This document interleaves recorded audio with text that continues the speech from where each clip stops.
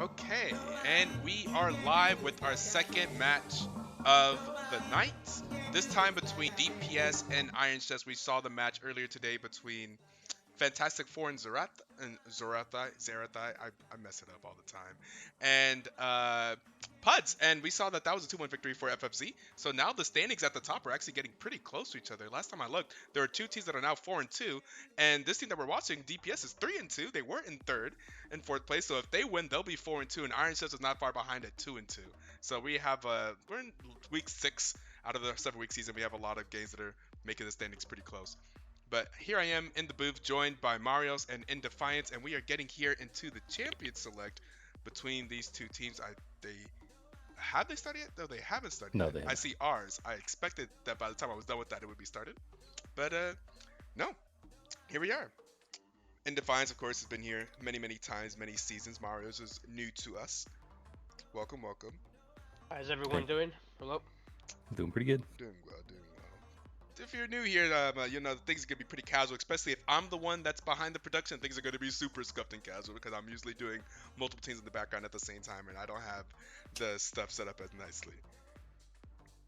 If you Yeah, of guys ever course. need a cast it, let me know. Oh, it says Swift Duelist. Oh, yeah, we always need a caster. Dude, don't even let me. I give out this BTL shoutcaster role so quick. Don't even. Yeah, honestly, Etoe just let you know, like right now, like you're known. Be known. Of course, and for tonight, just by taking a quick look at the OP.GGs, I think it's gonna be an interesting matchup. Even though like a team has a master tier player, I don't think it would like really matter as the ranks do kind of like average each other out. I do think that Iron Chefs do have like a little bit of a favor in them coming into the matchup, as they do have a few people that are a bit higher in the ranking department.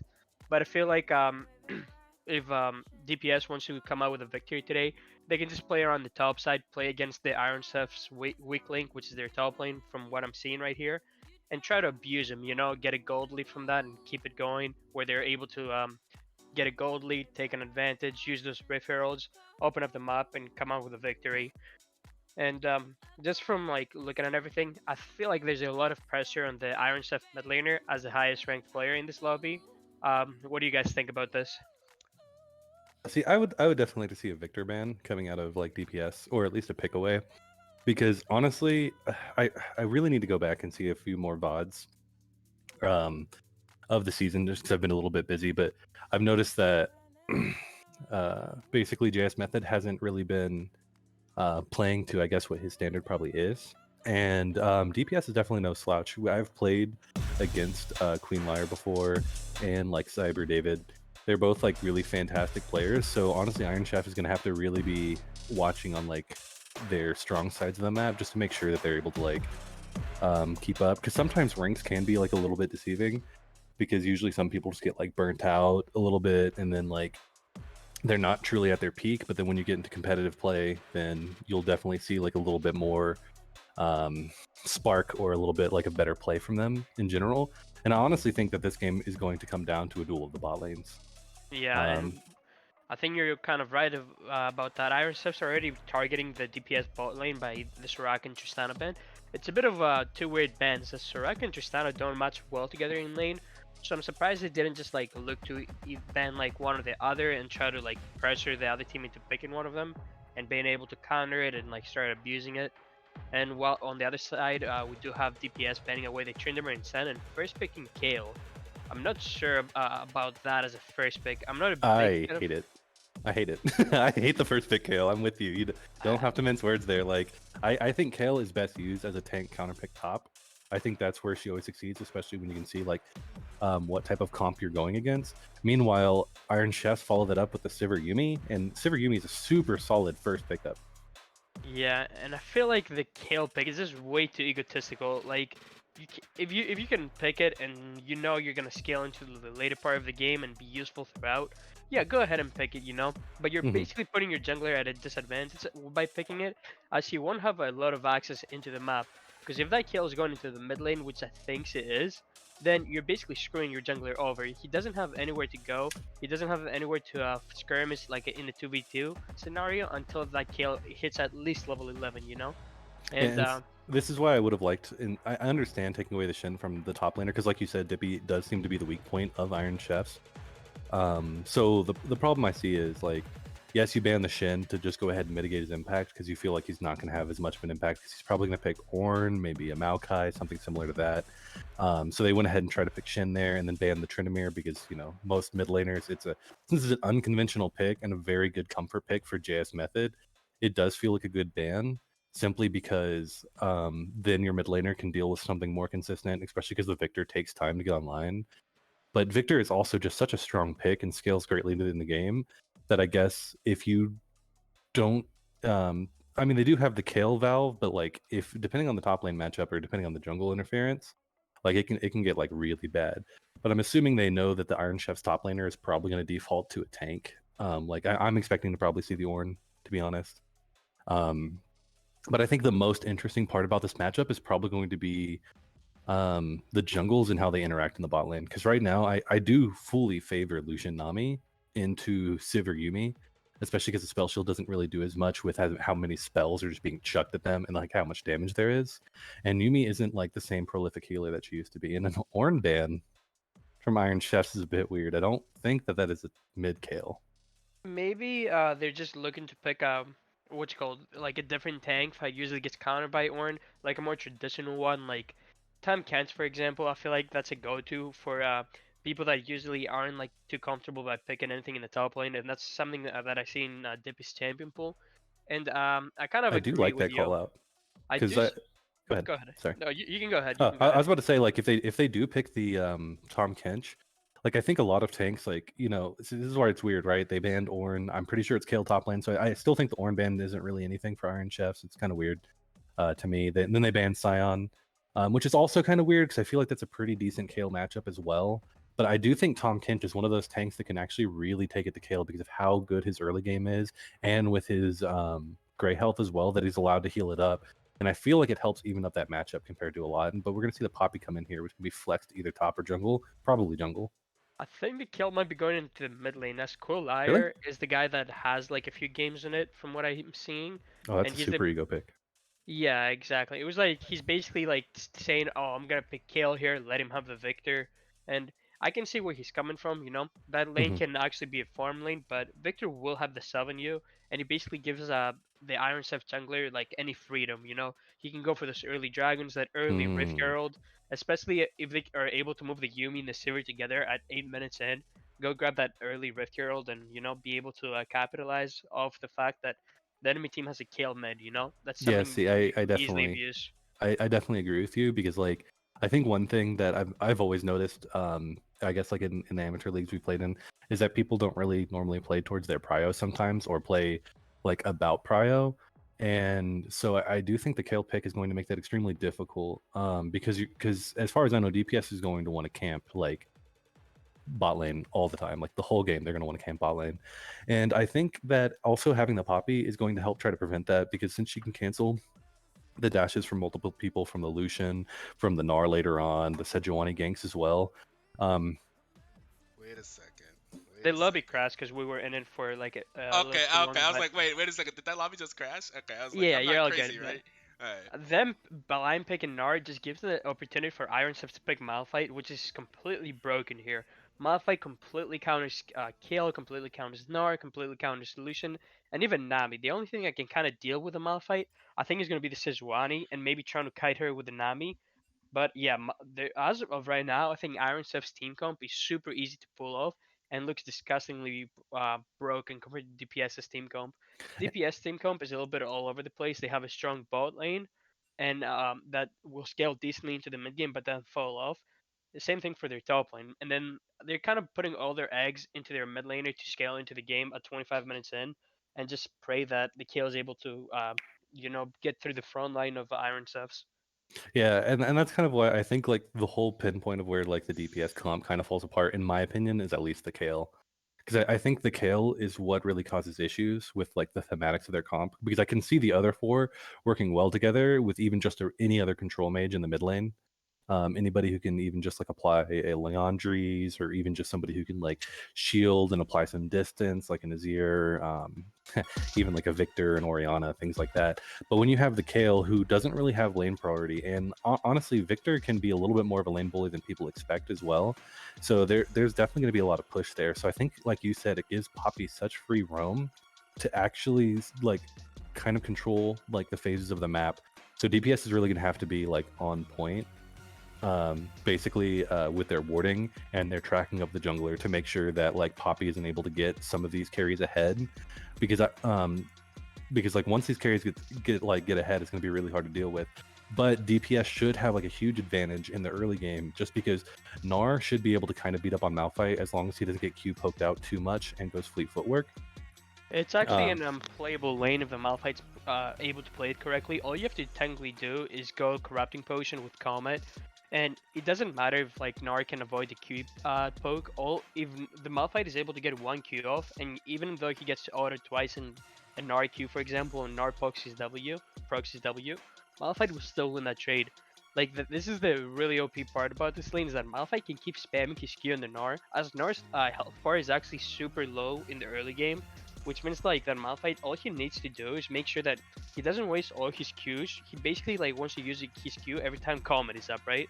And if he's able to do that and just like farm slowly with his E and like space away, Malphite is like one of the biggest counters to Gnar. It will be very unplayable for the Gnar later on into the game, especially the moment Malphite hits level 6. Is basically a kill lane for Malphite. The Gnar will not be able to survive, and his flash will be basically procced every time Malphite's ult is up. Well, honestly, that is also another reason why I'm kind of surprised that they banned the Scion. I didn't think, because like honestly, I don't know. I like the Scion Gnar matchup most of the time, because I feel like you can just usually kite around all of his abilities. They're all slow running. You know, Gnar's pretty quick, and so like I think worst case scenario, that matchup usually gets stallmated. I don't think normally you just get blown up as Gnar all the time against Scion. I think that would just more be like a player error. But I do think the Malphite does add quite a few wrinkles into that. But I still think, depending on the matchup, that there's a chance that he can get prio early, even though the prio might fade once he's able to put more than 1 point in the queue. Yeah, and this is definitely going to be a very interesting game so far. What's the one team you're going to be looking out for this game, Defiance? What do you think is going to be like the pivotal point for both of these teams? It's really hard to say, because I can pick a lane, and I think it's gonna be all about the bot lane.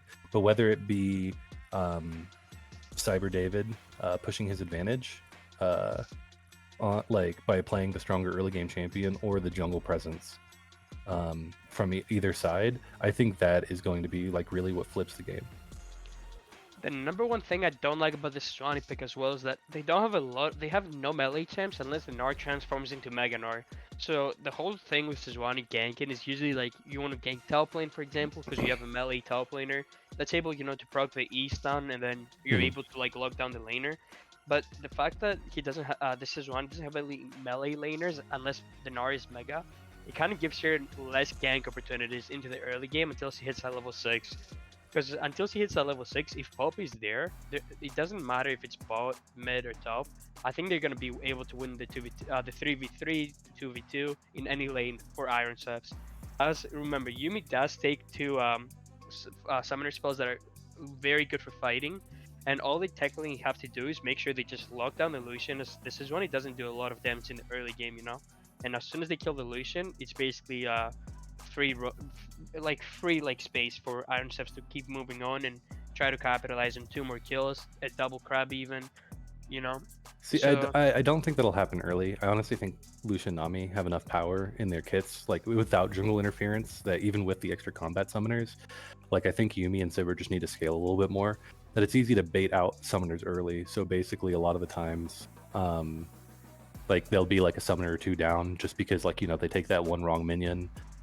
It really depends on wave control, because like I think you bring up a really good point, especially if like Lucian and Nami push like too hard, because like when you push too hard, you can't really push advantages sometimes because you're just too close to the turret. You're too available to a gank. They can just back off easier. But like I think if they're able to keep the lane state towards the middle, or even on somehow their side of the map, because like Sivir's trying to push too hard, I do think that there's a good chance that Nami and Lucian can end up blowing summoners, especially like because it's all so dependent on Sivir's spell shield usage. Because when she if she uses a spell shield, right, and then it like blocks just like a Nami W or like a Lucian W, then all of a sudden you got that Lucian Q damage, you got like the double taps coming in, you've got the slows, and you can get bubbled, and then all of a sudden like all the summoners just get burnt. Well, Lucian and Nami should be able to walk away. But I do think that the later this game goes on, unless Kale starts to get closer and closer to her level 16 power spike, I think that's when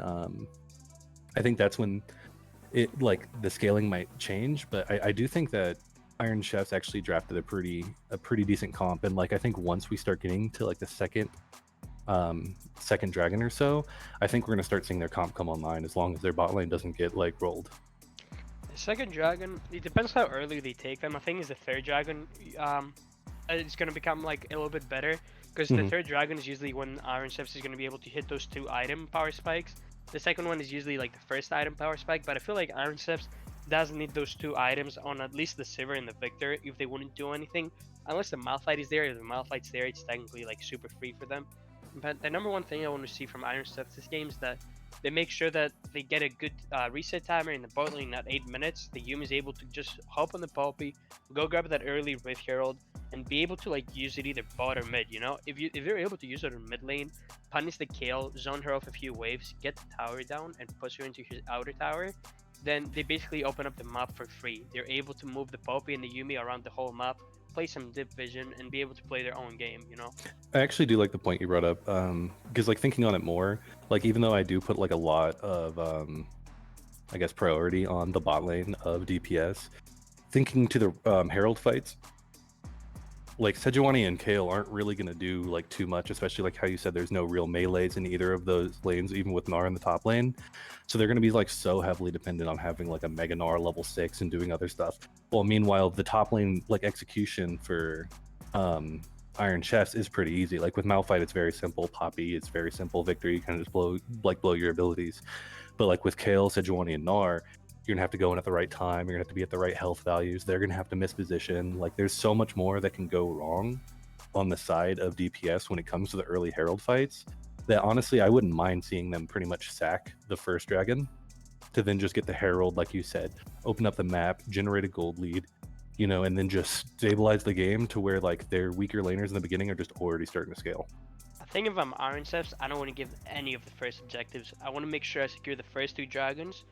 So basically the Poppy, what she wants to do is, you know, start in the bot lane, clear up to the top lane, look to protect the Malphite from a possible dive or something like that, instantly reset with his bot lane if possible, and then they just run to the dragon with the Victor, just sneak an early dragon as DPS. Like they're either gonna be coming back from a recall or they haven't reset yet, you know, so they aren't gonna be able to contest.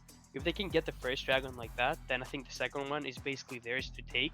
Same thing with the Rift Herald, you know? If they're able to guarantee that the first dragon is theirs, then they can get the second one, right? And then they can get the Rift Herald, and all they have to do is fight it at that third dragon, which is the pivotal point of the game. As usually third dragons are at around 20 minutes. And if Iron Chefs is able to get it like a clean ace, for example, with a Malphite combo into the Victor and everything like that, then they can, you know, they can push themselves into the Baron, or even maybe a second Herald, depending on how early the dragons are taken, and just snowball the game. But if I'm DPS here, I'm just basically giving every objective unless my bot lane gets super snowballed. If the bot That's why if I was Sejuani, I'm starting blue. I'm going like, you know, I'm 3 camp and I'm going bot.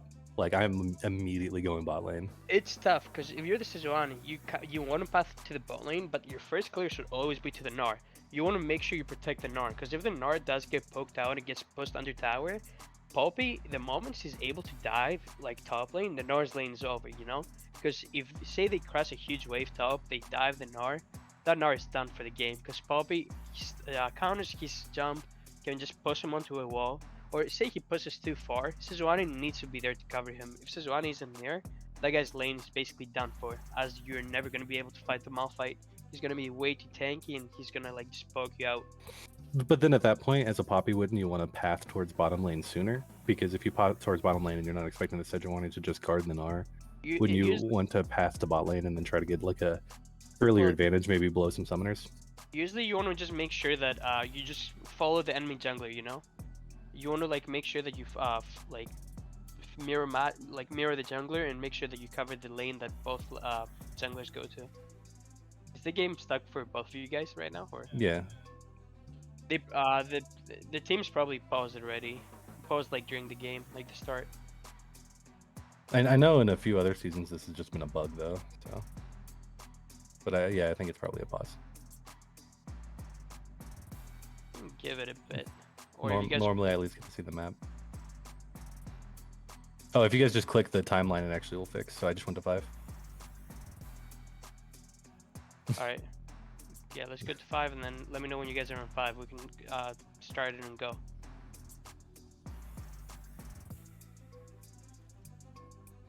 Yep.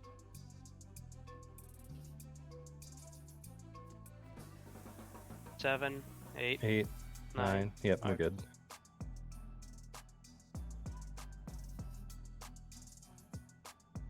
Alright. And a major thing I'm seeing just by loading into the game, I did see that this puppy took electrocute, so I think she's gonna be looking for like an early dive, or at least those early like punishes, you know, with that Mhm. electrocute.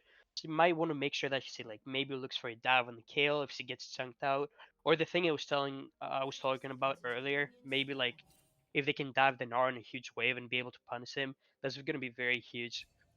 Yeah, And the one thing I do like about that too is like I personally think that Poppy actually has quite a few rune options, because I do think that there are times to go like pretty much like so many different runes, like 4 different sets. Like I think there's electrocute. Dark Harvest is always like okay, but I feel like Dark Harvest is more of a solo key rune to me, at least, especially on Poppy. Um, and then I can also like Phase Rush, and then there's just the good old tank ones. You can also go Predator if you really want to.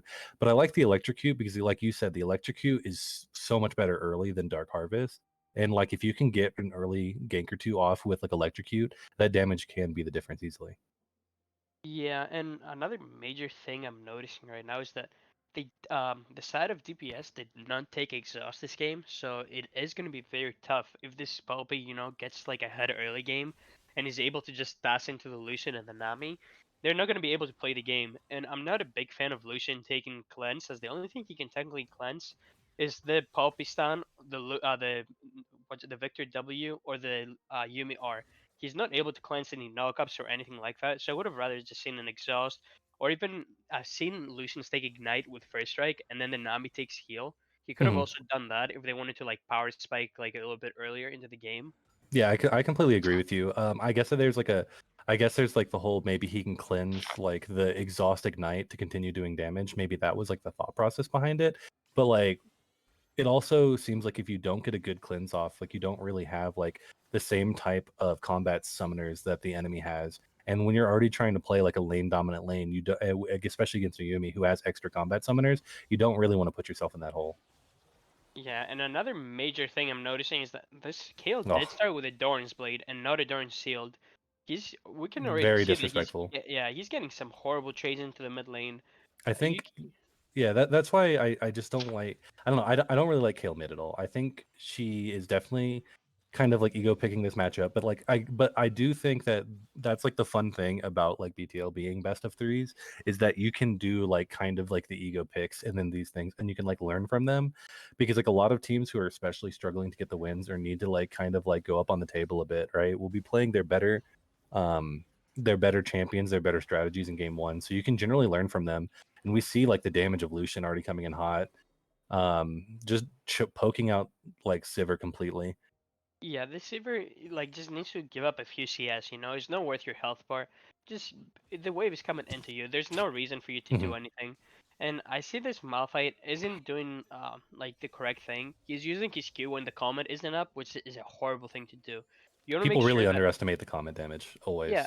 it's not just that. Is that his Q is also very high mana cost, and we already see that he's out of mana. He does have two potions, right? Oh, we But already see some summoners being blown in the bot lane as well.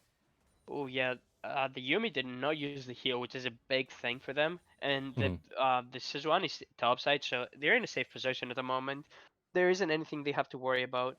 And we do see the Poppy actually walking towards the bot lane here, but there is a dip ward in the river, and she was actually spotted while she was walking behind the tower. They Hmm. did take that greedy way. and the word on the river is actually gonna expire. I wonder if they're gonna see her last second. Oh, I she don't see a actually. ping. Yeah, I think she just barely dodged it. Basically, she's kind of walking around. I think they're looking for it, but they're immediately going to place another ward. If she does a wraparound gank right here, though, and it looks like she's looking for mid lane. Yeah, this Kale is in a lot of trouble. She needs to be careful here. She's kind of overstepping, and it does seem like just barely. I wish I saw the Poppy hold her Q and flash after us. She didn't even pop her electrocute in that fight, and Mhm. she could have definitely like maybe gotten first blood or at Oh, least there could made be a sure. dive in the top lane. Malphite Oh is really yeah, low. I think a Q flash hits, except it gets out his flash. Still yeah. manages to poke him a little bit, but yeah, he's definitely hurting in this matchup. Yeah, he just needs to like relax. I feel like he's just overusing his Q. Oh, and the puppy does come from behind. Well, this is very unexpected. And they're gonna flash into the illusion. He's gonna be able to flash out and survive. This Nem's in a bit of trouble. She needs to be careful here. The puppy will have E very soon. Yeah, both sums, all the sums are popped from the DPS bot lane over here. They're in a lot of trouble as Iron Steps will have the sub, will have the reset timer, and this puppy also I'm not a fan of what she's doing right now. She should have instantly reset their bot because your bot lane is gonna reset. You know, they can just run back into the map, grab that early dragon I was talking about, and get back into the map. And this Malphite's gonna be in trouble. He doesn't have Oh flash yeah, that should prior, be first blood, and right? then Gnar is gonna pick him up. He might die to tower though. Yeah, the Ah, minions and tower are gonna be pick up this Gnar. Very greedy by the Gnar.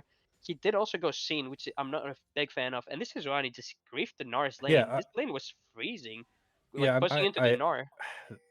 I've noticed a lot of junglers don't do that, and I think that's the reason why I get pinged in my games, even though I always freeze for my laners.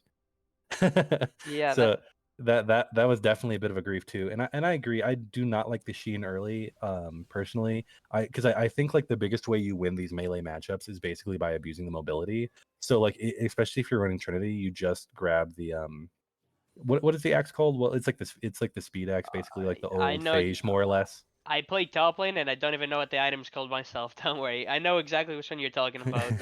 But yeah, I either think in my that head I'm like it's a phage but an axe, and or that's all I remember it as. I would have even liked to see a Merc Treads. Merc Treads gives you Yes. so much like power against the Malphite, and it's like rushing Butch early is actually pretty good, you know? Even if your flash gets blown, you're still like in a very good position to get out of like sticky situations.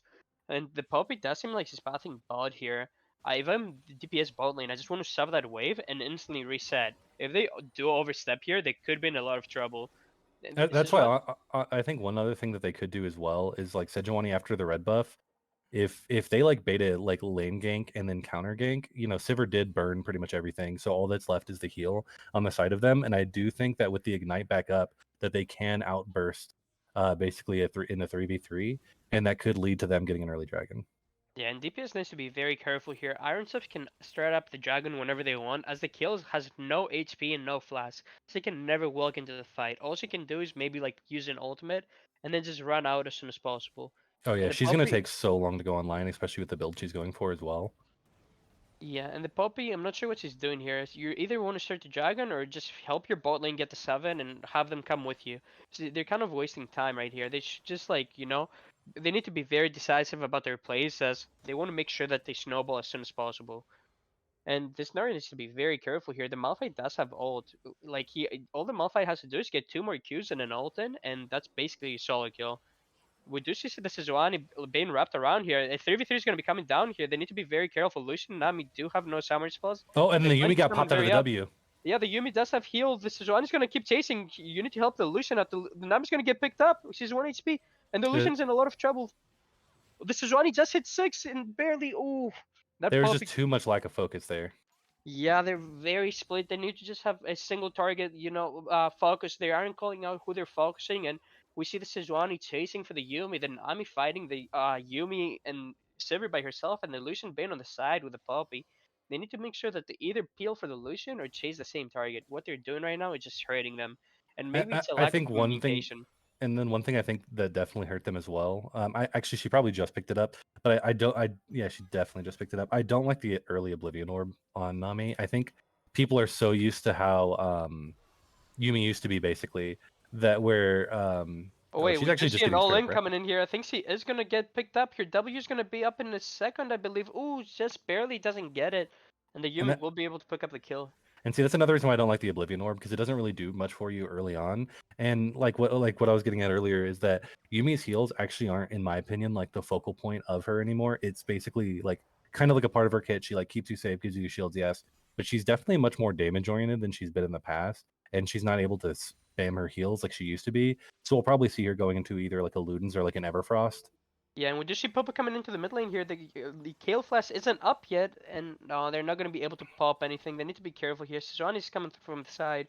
Her ult isn't up, as he did waste it in the bot lane earlier on. I'm kind of surprised that we didn't see an immediate Poppy ult into a smite coming out, because I feel like that would have helped Victor do enough damage to maybe take her down. I think what I want to see is the Poppy saving her E. Actually, I feel like she's just using it to use it. I Like you want agree. to make sure that you like get it into a wall at least. You know, you want to make sure you guarantee that kill for you. And I Honestly, don't. at this point, I would say at least like away from them, like you like at least pushing them deeper in, because like sometimes they've been used so much that you're just pushing her straight to the side instead of like deeper into the team. Yeah, and oh, this Poppy needs to be careful here. The Nami did roam up into the top lane. Yeah, you can't just face like a bush like that. They did know the Sejuani was there, as he was previously spotted by the Malphite. Hmm. Maybe they didn't expect the Nami. I definitely Things wouldn't have expected the Nami there. well, things didn't come out for the bot lane, and she did recently die. She could have been anywhere in the map. That's not somewhere Hmm. you want to like face egg, especially when Rift holds up. You know, you either want to wait for the Yumi to come up there, or you just don't walk in there like at any time, and that will mean that DPS is gonna pick up the first Rift Herald.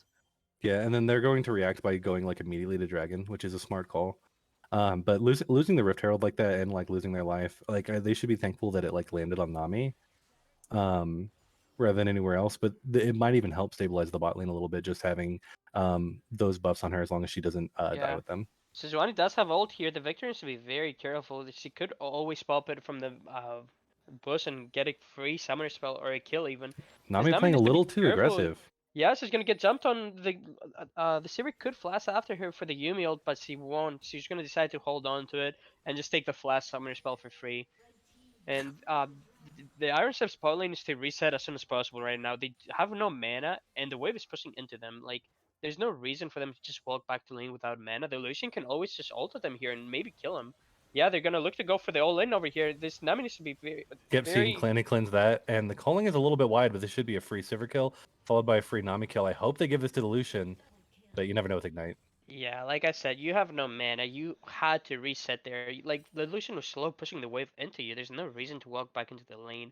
I guess he wanted to get his item on his reset, but Mm-hmm. you're just That gonna that's cost your team 2 kills. Yeah, see, that's definitely what it is, because like she's well, she's not actually as close as I thought, but I think a lot of it comes from like hubris, right? Like you feel like you're actually outplaying them early in the lane, so then a lot of people will actually like overstay quite often, just because since they feel like they're outplaying them earlier, that means even with less resources, they should still be able to be fine. But you can never disrespect Illusion Nami lane. Yeah, and we will see a play coming out in the mid lane here. This is Johnny does have the ultimate. They could always look for this. It's actually a very long distance ult, and I'm not sure if she was spotted there when she walked out of the bush. I didn't see a ping, but of course that could always be just voice as well. Yeah, But I definitely like the idea of trying to break it. Actually, Sivir Malphite is needs to taking get a out of lot of there. damage here. Yeah, and the Sivir's gonna also be in trouble. The Malphite does get picked up, and the Yuumi tanks the Sejuani ultimate for some reason. The Lucian did blow a flash there for some reason, which I don't understand. You don't need to blow a flash there. The Yuumi was stunned. You can just walk up and get the kill. Maybe you just wanted to guarantee it, and He we, just wanted to guarantee it, and he wanted the gold on him. You know how 80 carries are, and like Yumi feels like a minion to 80 carries, so yeah, like he just couldn't help himself. It was like a juicy cannon. this Sivir also really needs to be careful. They're just kind of just walking up with no vision.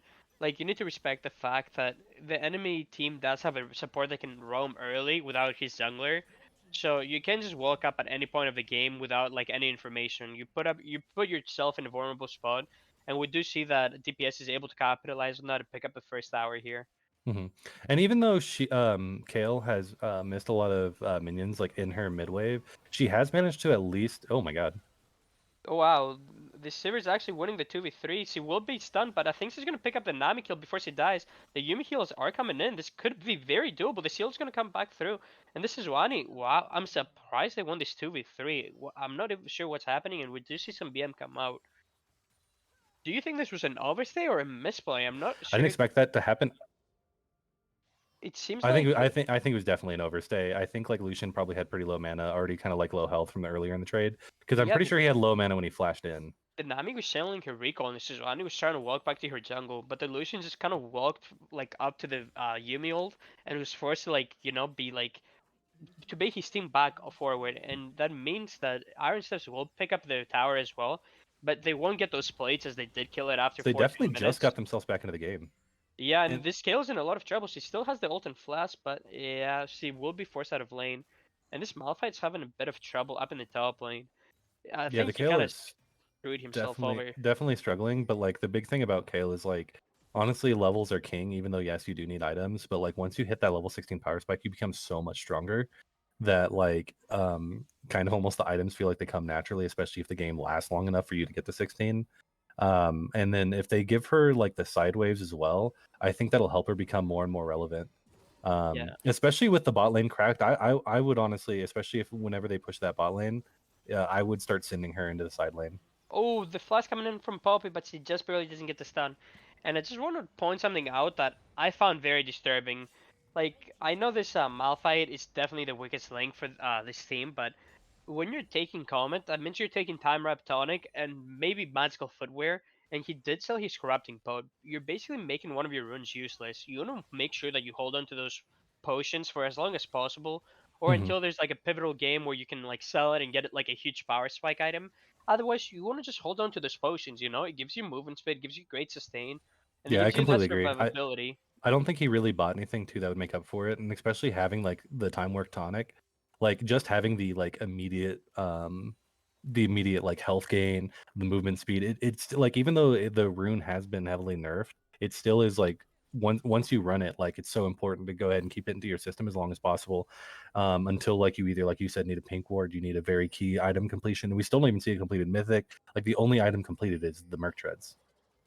Yeah, and another major thing I want to see here is the Iron Selves help the Victor start getting his augment upgrades. He's only sitting at one upgrade or not even one upgrade. Um, Oh no, like yeah, he's sitting on one upgrade. Oh, this is a 3v5. This is very risky for them. They need to make sure they yeah, get out as soon as possible. The dragon was up, but no one was able to realize that the Gnar was going to be there. This Victor is going to be able to flash away, and the Q does get tanked. The Sivir is able to seal block the Sejuani ult, and they're just going to be able to walk away. They need to be careful here, as the Lucian did join back, and the Malphite is coming back from the side, but his ult isn't up. And I'm not sure what they're going to look for. The they best should thing, honestly give this one up for sure. yeah, they either want to give it up or just stall long enough for the Malphite ult to come back up, but it's going to be in 30 seconds. Yeah, they can't do anything. I think the problem is that since the Victor is so low, like I think the best case scenario is Sivir helps him get Yeah, like the Gromp to get for HP, and then is able to like come in and help again. DPS But keeps splitting up, and they're he kind of stalling the dragon. This Victor hasn't reset. He needs to be very careful. He's still 1 HP. The oh Nar's they gonna can all turn die to Mega, and Sivir they're here in a though. lot of trouble. Oh yeah, the kill ult just comes in and is able to save out this Gnar before the Saber is able to pick up the kill. And they just need to get out of here. I see way too much overstain, way too much like split target focus. These teams really need to like make sure that they communicate to each other who they're gonna Mhm. go for. And They're even kind if of drags are your win condition, like it doesn't mean like sacrificing a drag for bad positioning is like bad because like the team fighting of Iron Chefs is actually really, really good.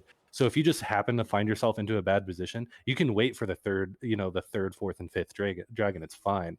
But when you start giving the gold over to a team that desperately needs it to make sure that they stay topical and they stay relevant and them trying to get like the kill in, and who now has like a kill and 2 assists just from that like horrible overstay, like sometimes like the victory is to lose sometimes, like just losing isn't always like losing an objective isn't the end of the world, but losing the objective and like 2 to 3 kills really hurts. Yeah, what I wanted to see from Iron Chefs here, after the jungler dies, just go ahead and push that mid wave and run into the top side, establish some deeper vision, and look to get some damage into the outer tower, and see if you can even pick it up yourself. And this puppy needs to be very careful here. She's gonna overstep again, and the Sejuani ult does come out, but she barely misses. The Lucian ult is gonna be used as Oh, well. this might Lucian's in a be bit of Victor trouble. He going needs in to the be bot careful lane. here.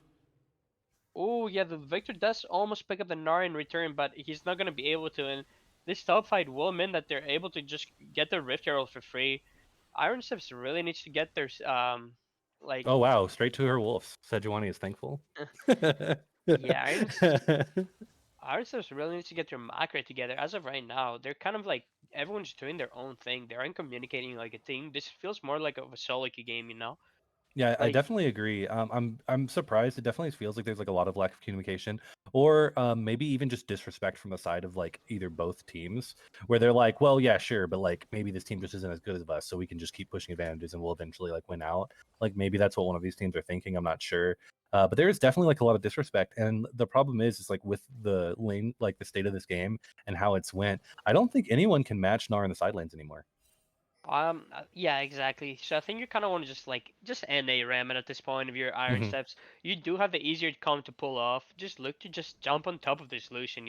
The solution's all their damage if the Gnar isn't there. So if you're able to pick up the solution, the team fight will basically be free from there on. As the kill is going for an AD build, I'm not a big fan of this. Like I know I they have a bit of mixed damage, but I feel like it gives the option for like people like Pop to just get a frozen heart and get way too much value out of that. Yeah, I definitely agree with you, especially because like you have Illusion, you have Anar. These are very heavy AD targets, and I don't quite think that the Sejuani, the ambient damage from Kale, and like the Nami is like enough damage to really make up for it. While the AP build of Kale is really good, especially like even when you build into the Zonias later, and just being able to have the stalling mechanics of both your ult and like Zonias and team fights are really good. But man, she's already hitting 11 as Yeah, the scale well. needs to be careful here. Oh, I'm surprised the puppy doesn't flash in here. They definitely could have done that as the Malphite was in ult range and the Victor was like very close to follow up on that. I And they think could have part of that is because since Poppy kept basically overstaying a bunch and like putting herself in risky positions, I think that her own play is starting to affect her mental. Yeah, and Iron Steps really needs to make sure that they defend this mid tower. This Victor's going to be in a bit of trouble here. He does have the flash to get out. The Yumi is going to be able to tank the calling for a bit and let the Victor walk away from this Nami ult.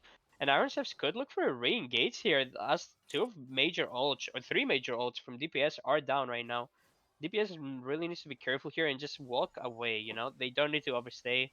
They didn't get anything from that, and they can just walk away and keep clearing the waves. As of Hmm. right now, this is going in DPS's favor, as they can just 1-3-1 the Kale better game. leave. Kale has to leave. I after losing like Oh, everyone just missing mid, and then attacking the ward, like the this fact that Sejuani Kale's not might be already in gone trouble as is well. Oh my, this Poppy just uses your E way too early. You need to be patient. Like they are impatient, and this Gnar does have Mega. They're gonna look to force it before it expires. The Yumi ult is gonna come out. The Gnar's gonna flash away, but the Puppy's in a bit of trouble. The Kale ult does come in. The Kale's gonna start hitting on the sides. He needs to be careful. They can just gonna jump on her right immediately. The Kale has no flash or ult. She's gonna be picked up as well. The Puppy does fall down on the side from the Gnar, and the Victor's there. They're letting Victor just 1v1 the solution. The solution's gonna be able to flash out, and Nami's stunned. She's in a lot of trouble. They're gonna be able to pick her up, but she does get the bubble right before she dies. This Nami, oh my, just barely loses out on the 1v1 against Lucian. And yeah, it does seem like Iron Steps will be aced over here. This is very unfortunate. They just were split up at that point. They need to yeah. stay together. That was I looking very good for them. see. And it goes to show kind of like how powerful their comp can be with team fights because like it was so good for them, but the fact that like it was kind of similar to that bot lane fight that we saw from like DPS is they had too many separate focuses. They wanted to chase the Kale too hard. And sometimes you just got to take the small advantages, especially with Dragon coming up as well. And then all of a sudden now you have DPS becoming slightly tankier. You're getting put on to like a little bit of a timer as well because now like every dragon fight was always already going to be your focus, but now there's like a 2.5k gold lead. The mountain drink will make everyone like a little tankier, and then with so many summoners being burnt as well in that fight, it just makes Gnar so potent in the side lanes. Yeah, and I guess it's not the end of the day for Iron Steps as Victor does get a few like augment upgrades from that. I think he's very close to his next upgrade. All he needs is an assist or even a cannon kill. Get a few more stacks, get that W upgrade, and that stun will be way more useful. And they Like, need to be very careful here, Iron Steps. They really need to play it more slow and methodical. and the big thing is I think DPS is in such an amazing position right now because basically you can do what you kind of want to do with your team comp, and you have to stay really, really safe with your three because like Nami Lucian are very susceptible, especially to Malphite. But like if you can get Kale in the side lanes, just farming it up, like just basically play super far back when they're Nayramming you, and then you just have Gnar and Kale push up, and then when they stop trying to Nayram, you just bring the Kale back, you keep the Gnar up a little bit forward sometimes, and then like you just Yeah, the can Nard exert so TP much is coming pressure. behind. It seems like DPS wants to fight this. The It's a Nard's little gonna far be. though. He does have the Mega Bark up though. The Victor thing might be able to spot. He spotted it out, and they're gonna see him right now. This puppy really needs to get out. They need to play together. The Saber is gonna be at half HP. She's gonna die to the Gnar. The Gnar is gonna be able to pick up the Saber, and he's gonna jump onto the Victor. Huge Gnar ult over here onto the wall for the Victor, and it does seem like DPS is gonna be able to get a clean ace again here, and they can get whatever they want right now. They can go for the Baron. They can go for the Mhm. Inhib. If I'm DPS right now, I'm leaving at least two of the members in the mid lane to get the 2 towers. Yeah, I definitely agree with you, especially because like when everyone goes down like that, you actually have like the time, especially the damage with a Kale, with a Lucian, to be able to just go ahead and do a few things in the objectives. Basically like make sure the waves are on your side. Take a bit more gold, so that way when you back and then you come back onto the map, you're even stronger. And like just by having like a little bit more of those power strikes from that extra bit of gold from pushing in the mid wave, um, at this point I definitely wouldn't greed for this extra one. I know he's getting a little bit of extra damage, but like right now in his inventory he has 2600 gold, so he's like Yeah, super fed. At this point I would be more wanting to establish wave control, because basically him establishing wave control helps his team establish as well, because like the further he is, I honestly they might Ram because it looked like he's running mid. yeah. Um but I feel like right now he's just so strong, he can almost take like a whole, like he can take an inhib almost by himself, as long as the other team plays either the 4-1 or the 3-1-1 correctly, or the 1 Yeah. 3 And if I'm Iron Chefs, I feel like they need to get one voice together. Victor was pinging to walk out. As soon as the Poppy got hit from the Sejuani ult, though, it's kind of like they all turned to help out the Poppy, you know? It seems one. like way too many of them are calling out what to do. Like, the Victor wanted to get out of there, the Poppy wanted to turn as soon as the Sejuani ult came in. They need to make sure they communicate. Like, they need to have one voice, like, and that decides whatever they do. Because as of right now, it feels like they're all just like doing whatever they hear. You know, someone can Mhm. call this, someone can call that, and they just do whatever they hear. They don't do what the first thing like that was called is, Yeah, and this is and hurting they them. almost, I think they originally had the good call, because I think if they like 5 men turn on the Gnar, there's a chance they can just blow them up, or at the very least, like you have DPS running to get position. But instead, by splitting focus like that, especially like your tanks just kind of going in, you allow your tanks, like the tanks just get free hit by DPS, while your carries are so like wary of the Gnar coming behind them, that basically the team fight is just doomed from the get go. Yeah, and And Iron and look Chefs how needs far to be ahead Gnar is. He's they need just to be literally careful here. tanking. They can easily get jumped. Yeah, the Nami ult is gonna come in. It barely hits the saber, and this Malphite's gonna be in trouble. You don't want to use your ult to get Oh out of man, your he Malphite. also got the Oh randomins. no, not Oh, like this, not that like was even this. worse.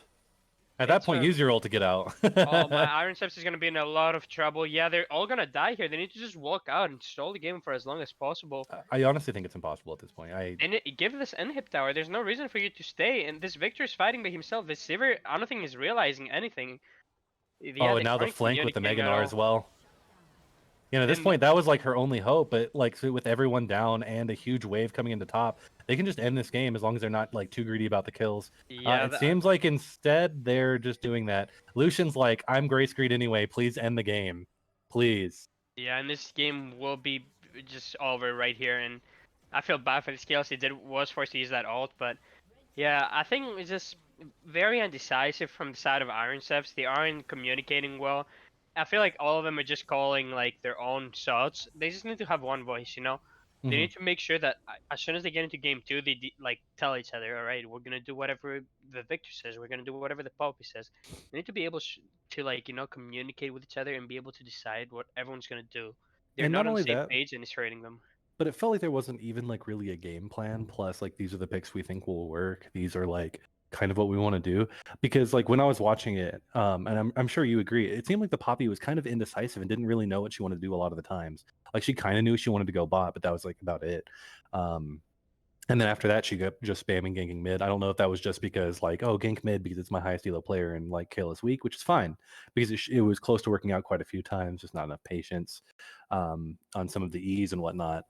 But how does Iron Chefs bounce back from that? Because that loss definitely hurts. I like the idea of the gank and mid and everything. It just wasn't pulled successfully. Something maybe I want to see is that maybe they don't go for the Poppy. You might want to put the, Calabino on an easier jungler to gank if that's the playstyle you're gonna look for. You know, because he does seem like he just wants to like perma like gank. He just farms for the first 10 minutes and then he only looks for plays after that. You know, he doesn't farm his jungle. So if you're gonna do that, you kind of want to play something more aggressive or something that like has like a really good lockdown. Something like maybe a Jarvan, for example. You know, it's easier to pull off as with a poppy, he wasn't like, I don't think I saw him like hit a poppy in a wall. It was all mostly like thrown out in the air, which kind of Mhm. like hurt, you know. And I'm not sure. And everything else kind of like decent. Maybe the Malphite, those are like landing errors, but there isn't much you can do about him. He like, I feel bad. He is a bit of like the weak link, but he did try to pull his own weight at the end of the day. And maybe the bot lane from Iron Steps, I do want to see them like relax a little bit. You know, they did get like an early advantage somehow into Lucian Nami lane and just throw it for no reason. I think they need to be able to control themselves a little bit more, and they could be the pivotal point that is able to carry Iron Steps into game two. Yeah, I definitely agree. I think like it always goes back to like choosing things that are like ease of execution, and I do think that they had a lot of that. Where it's at, and that's why I feel like the biggest pivot that Iron Chef should do for game two is pivot away from the poppy pick because people underestimate like basically the like that poppy's actually a little bit more difficult to play sometimes just because like you don't just have kind of like like an easier to do stun.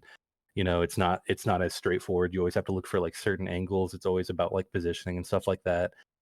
Meanwhile, there's like other junglers who can do similar thing. I wouldn't say quite similar things, but like can make the ganking easier and make the gameplay easier. Like for example, like Volibear is definitely like a choice. For example, that's like really easy to pull off. You can just run and just queue them. You don't have to go by any angles. And then if that person played Volibear that game, like a lot of those ganks probably would have just worked because like then it wouldn't have just been like a slight move. It would have been a stun and do a lot more damage.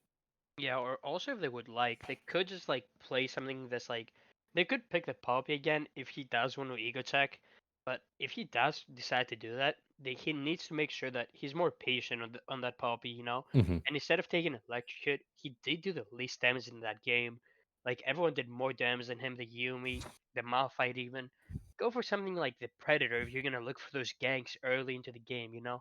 He did Yeah, I buy the definitely switch agree. early, and I do see a lot of like pro junglers like go for that Bami Cinder, that 1,000 gold like item that like helps you clear the jungle faster, into an Anathema chain, you know? Because if you do get an Anathema chain, say you're gonna repeat gank mid lane like the Kale, you can just put it on the Kale, and whenever you gank mid, that stun is gonna last for a little bit longer, and you're gonna make sure that you're able to like kill her faster, and like you can even dive her with that item, you know? That's what a Honestly, I lot. think that's one of. I think that I was gonna say one of, but honestly, I think it is the most underrated item in League of Legends right now. Yeah, everyone's building it in jungle, like from at least in my solo queue games, like everyone just gets Bammy Cinder into Anathemas and then they finish whatever item they want. Maybe like you could give that a shot, but if you haven't practiced it, just stick to the stuff you know and just try to pull something off for game two. Hmm. I'm a big proponent when games kind of go that sideways a little bit.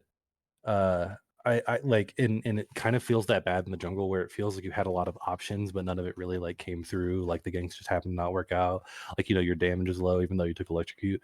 Like personally as a jungler myself, when all of those things happen I would rather pivot a jungler, like because like don't get me wrong, I love salty run backs, I'm actually really notorious for it, but like in a best of 3 game, in a best of 3 series when you're in game 2 I don't think it's best to run it back. Yeah, they might want to just like pull something like, I feel like they're very good at grouping and like maybe their decisions of who to pick is like a little bit hard.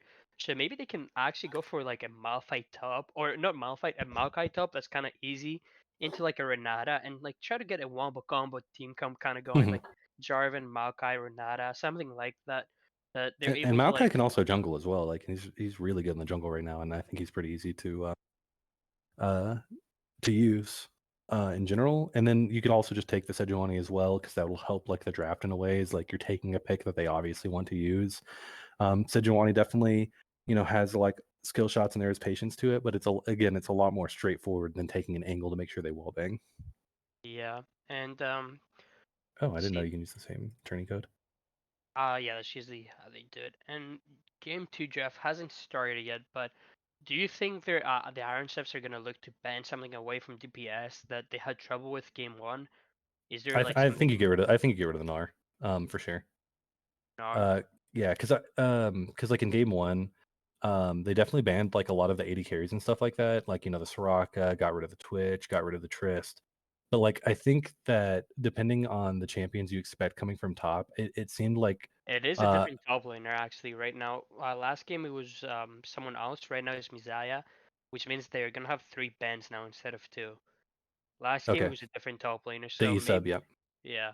So maybe now they can still like go to what they were like trying to do and Hmm. like see what they can do, but yeah, I want to see like a different type of draft from Iron Steps because I feel like it was a very like easy one to pull off. It just wasn't executed correctly, you know. And maybe Hmm. if you pull something that's easier to execute instead of pulling off, like it does sound like very similar when I say execute and pull off.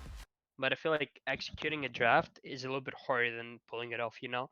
Hmm. Maybe if they are able to pick like I said, Jarvan, Renata, like Maokai, and then Would like you like them to pivot back to the Sivir still? Because I thought the Sivir looked really good, actually. the Sivir looked good, but he was very aggressive with it, you know. So if Hmm. they want to pick that, then they want to match. They want to match something with it, you know. They want to pick. They want to pick maybe like an Ahri mid, a Hecarim jungle, something that can like run at you, and like which means the Sivir won't be like the one that's frontlining, Hmm. because when she was going in, she was kind of like face tanking the other teams, which kind of made her like get squished immediately in a team fight and get like popped. And the draft is gonna start right now. Let's see what Iron Steps does look to So target depending out. on what the AD carry plays, you think something more like a Philios or Caitlyn or If he what wants are you to thinking? if he wants to run in like that, I don't think you pair it with a Yumi. I do see why they picked Yumi. It's probably to take it away from the other team support. But if you're gonna pick Sivir and play like that, I want to see something more aggressive from Hmm. Iron Steps, or even maybe Zillion. You know, because Zillion will have that like revive, which means that it doesn't matter if you die or not. You are gonna come back and like be able to like be a menace in the team fight. Yeah, I definitely agree. Especially because like since you can go toe to toe early game, like just mechanically, playing the Sivir, even though yes, you have the Yumi and the extra combat spells, I definitely think it screams to play like at least like an AD carry that can like match a bit more early, and then just try to put a little bit more prio in that lane because I think AD carry looks like their bright spot for sure. Especially because I think that as long as Victor's open, I wouldn't be surprised if JS method just kind of went towards it. I wouldn't be surprised to see Victor again here if it's open. Um, and so we're going to still see the Trindamere band. We're going to still see the Nocturne come in, um, and the Shin. And I love Nocturne Shin bands because I think that it prevents teams from basically like masking weaknesses. Yeah, it's Because like also it's a very good combo as well. Mhm. It is. It is. Um, there are counters to it for sure. But I don't know if they play those counters. Yeah, and we do see the MF they picked up, so it does seem like they're gonna try to pull like the Wombo comp with Team Comp off. And I feel like I'm a big fan of it when it comes to Iron Steps, as you know how you like have like target like Mhm. split. So when you have a Wombo comp with Team Comp, it doesn't matter if you have target split. You're gonna put everyone together and make sure that you hit everything. So I definitely agree with you. I'd like to see the yeah, Mumu support. I love a Mumu MF. I think a Mumu MF is like one of my favorite lanes. I also like Rel. I like really like aggressive things. With her, I don't always like the Nautilus. Like the Nautilus can be really good. It's just like I don't know about you, but I've just noticed that Nautilus is like sometimes like the most coin flip of like supports where it's just like if he doesn't pop off, which it should in an MF lane, most of the time. But if it doesn't, it's just man, like not Nautilus will sprint it. And then Renata's also good here. I love it because it's more wombo.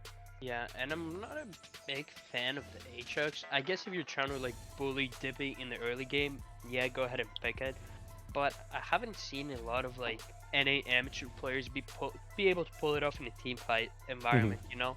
Because like with Aatrox, it doesn't matter where you are. You're able to like sign throughout the game. But when it comes to those team fights, you need to make sure that your Q it doesn't hit one person. It needs to hit at least two, maybe three people, you know?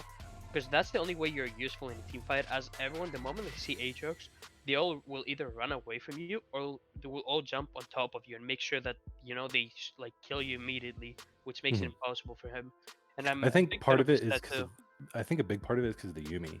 Like they just love like the Yumi. Maybe it's like the whole like since they like going to the kill mid, and honestly, kill mid was a bit punished late game, but they didn't really get any kills off. You know what I mean? They didn't really like.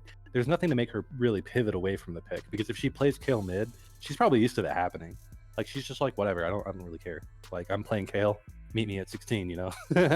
And like when you have the Aatrox and you've got the Yumi, you can just like throw like the Yumi on top of him, you can throw the Kale ult on top of him, and you just have him like wrecking a menace while you just have like the jungler and like the AD carry kind of just doing whatever they need to do ambiently, like probably like CC for the jungle. I expect to see like a tank jungler for sure. Yeah, and it does seem like the kill will be picked again. I'm not sure about that. He didn't have the greatest performance on it, you know. He was just able to press an ultimate here and there and be useful for 2 seconds, but it didn't seem like he did a lot that game. All he did was like just get bullied in lane. And they're not gonna ban Personally, the Victor. for the way she's been playing Kale, I see it as like I would like a Zillion, to be honest. I think Zillion fulfills the same purpose or a similar purpose to the way Kale's been played. Or even Seraph in mid. I'm surprised like they aren't picking something like that, you know? Or You know, Karma. There's a lot of better I love champions than Kale. I do love Enchanter's mid. Like I absolutely love them. I think that they can really open up comps. Yeah, because the way the Kale was played, it was basically like you were an enchanter. You weren't doing anything the entire game. You were just getting chunked in lane and like being like not being able to play the game. I think part of it is like late game insurance, I think is the way it is. So they just see it as like, we don't really care what happens to her early. We'll do the early work. And then like, as long as like we either A, keep you in the game, or B, like clown fiesta in it for you to get like a few kills and assists and just XP. Like once you hit 16, you know, you'll do stuff like in general, there's going to be a lot of AoE, a lot of coming out, and there's heavy wombo coming from Iron Chefs. Yeah, and this is what I like to see from Iron Chefs right here. This is like what you want to pick if you're Iron Chefs. Like it's such an easy way to dive mid lane into the kill. You can easily one-shot her. Even at level 6, it does seem like a little bit tough. But if you're able to like take down her bone plating if she has that, then if the Diana hits an instant ult and the Yasuo follows up, it's a kill. Whoa, we got raided. I was like, really?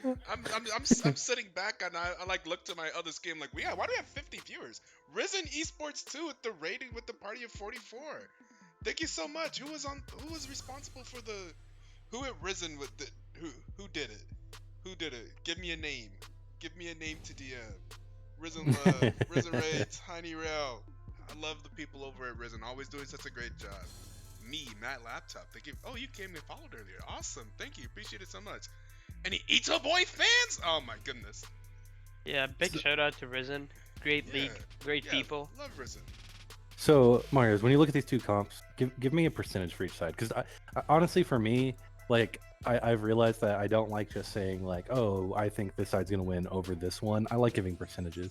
So, based off of the last game you saw, the adaptations from Iron Chefs, like, what comp do you like better?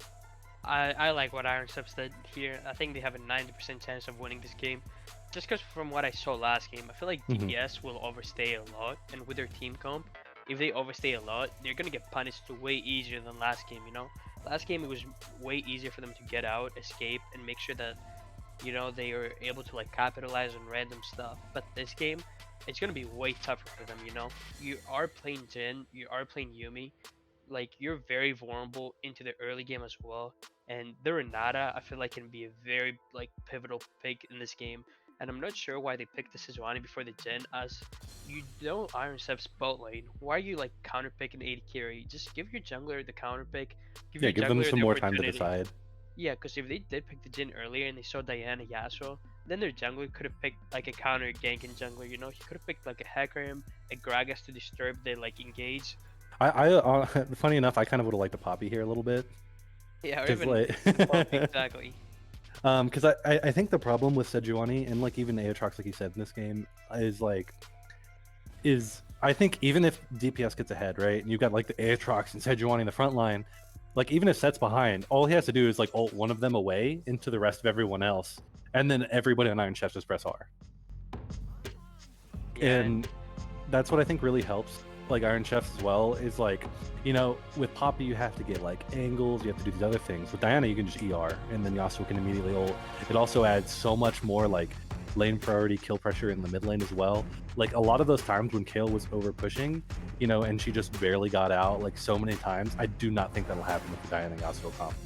And the big thing I like about what Dippy is gonna do with the set is that he can easily just ult the Sejuani in the front line, bring her into the back line, eat everyone together, and it gives Diana and Yasuo an opportunity to join the fight. And all the Renata has to do this fight is just make sure that the Aatrox doesn't stop the MF ult, you know? You want to just ult him, you want to make sure you Q him away, and make sure that he doesn't interrupt the MF ult at any point. And I feel like if you make sure that you do that, then it's gonna be an easy an easy game for ourselves. But there's just so much things also to answer for like DPS, because it's like yes, they have to worry about the wombo combo, yes they have to worry about the MF, but then you've also got like Renata's R just going down this huge zone area. So like if you're committed to a fight, like you have to make sure you're committed to a good fight, or that like ult is down or something, because like the biggest thing is that they're not going to want to clump at all. But like Set, Diana, they give all of these options to clump. You know, the Renata R will make sure that they're clumped depending on how it's used. And then like you've got the Yasuo, which can block like a lot of the follow-up damage from Jhin, especially like if like, you know, Sejuani, Aatrox are like getting kind of jumped on. You know, he can just be Renata W'd, and he can just be going like so ham in the front lines. You've got Diana who can just stopwatch. You've got a wind wall in the way. There's a lot of options for Iron Chef in this game. And I think what we might end up seeing is that sure, DPS might get like quite a few laning leads. They might get like some early objectives. But I think if Iron Chefs can play this game like really controlled and like keep their own pace, and then just make sure that they're in it and able to contest things, especially like in the like post 6, once like 1 and 2 items start coming up, they'll just start looking stronger and stronger. And I think like the draft advantage will start showing up. Yeah, and they need to make sure that they don't get put in a 1-3-1 situation. They want to like the worst possible scenario is 1-4. They want to make sure that the Yasuo and Diana are always together. Like even if they're side laning, they need to be together at all points, you know, because that gives you like the best window of opportunity to win a 2v2, even a 2v3 at some point, 2v4 possibly because it's a Yumi.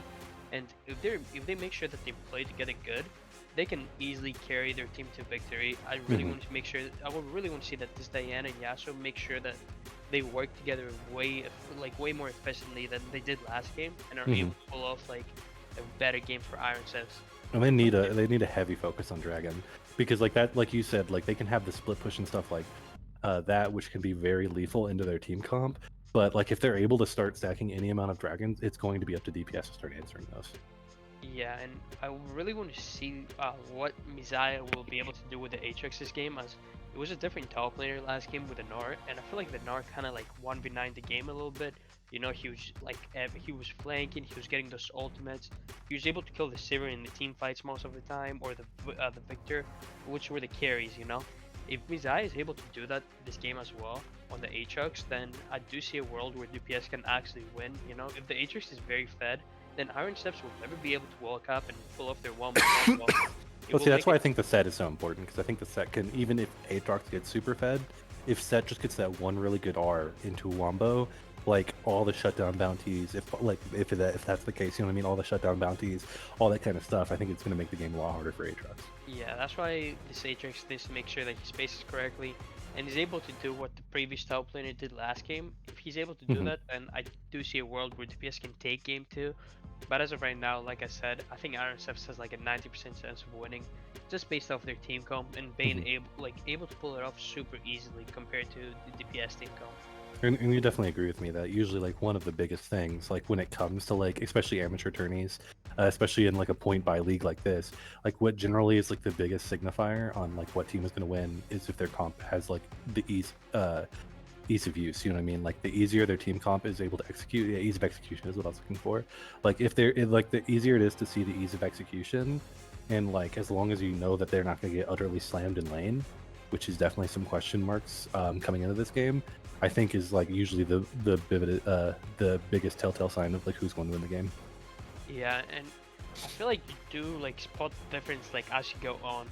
The previous week I was casting some UPL games, and I did see a Blitzcrank jungle be picked, and I was like questioning it at first. You know, I knew it was like a thing that could be picked, but I feel like, you know, Blitzcrank is super easy to execute, and especially like as you progress in ranks, even in like a diamond tournament. Like, I wonder if like amateur people will start picking up Blitzcrank jungle, because it like They should. I think it's actually you, good enough for sure. yeah, it's such a good champion if you think about it. Like even at support, you know, like that hook, it doesn't matter if you're behind or not. it will win you the game at 30 minutes. You know, if you Well, flash. that's why I like it as a jungler because because you don't stonewall your bot lane into certain matchups that may not be great. Yeah, and it means that you're gonna be way tankier. You're gonna be able to walk up like way farther without Hmm. being able to be punished. And I don't know, I feel like it sets an interesting pick in the jungle because his ultimate is a 20-second cooldown. So in a team fight where you're tanky, I feel like you can pull that off like twice. And he Sometimes even does. 3 times, really. Well, I guess not really, but like, I guess that depends on the Clown Fiesta games where like people come back from base. Yeah, and this Jin did take Dark Harvest this game. I'm really wondering if that was the smartest decision for them. I feel like this is very greedy for what they're going for. I agree with you because I think we should actually pause at 5 or whatever. Yep. Let me know I when you am guys are about to ready. be. I am now paused at 5.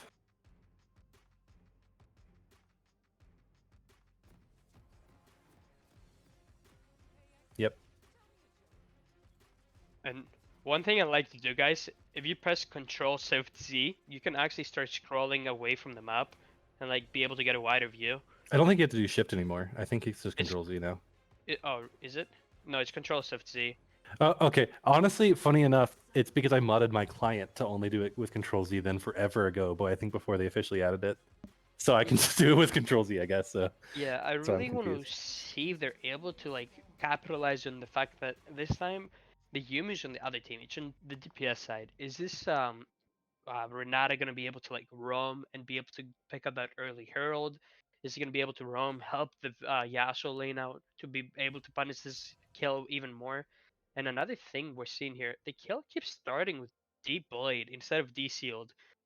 I feel like this is way too greedy again. Like game one, we saw her get punished a lot, and Hmm. she did get carried by her team game one. But this game, like you have See, to learn and from your mistakes, you know? I think there's also other options besides Doran's Blade as well. Like one option that I definitely see currently underutilized, especially it's funny because Jin is also in this game, is Boots 4-Pot. Boots 4-Pot is actually really, really, really good because it can help you stop the ganks, it keeps you sustained, it can get you CS you would otherwise miss just through movement speed alone. And it's not bad, but I do see D Shield as the more conventional, like, especially when you're playing Kale, like at least go corrupting potion, at least go like Boots 4-Pot, like D Shield's probably like the best go to. And I just see Doran's Blade as more of a win lane item, and I don't really see Kale really ever winning lane before she starts scaling. Yeah, and another thing is the MF didn't start Longsword 3 Potion. I feel like that's the most optimal buy against the Yumi most of the time, as Hmm. it does like match the sustain a little bit, and it gives you like a bit more damage, especially when you take Last Stand. It really matches with a Longsword first buy, because like Hmm. the Last Stand rune does get procced, and it means you're gonna be able to do a bit more damage into the early game.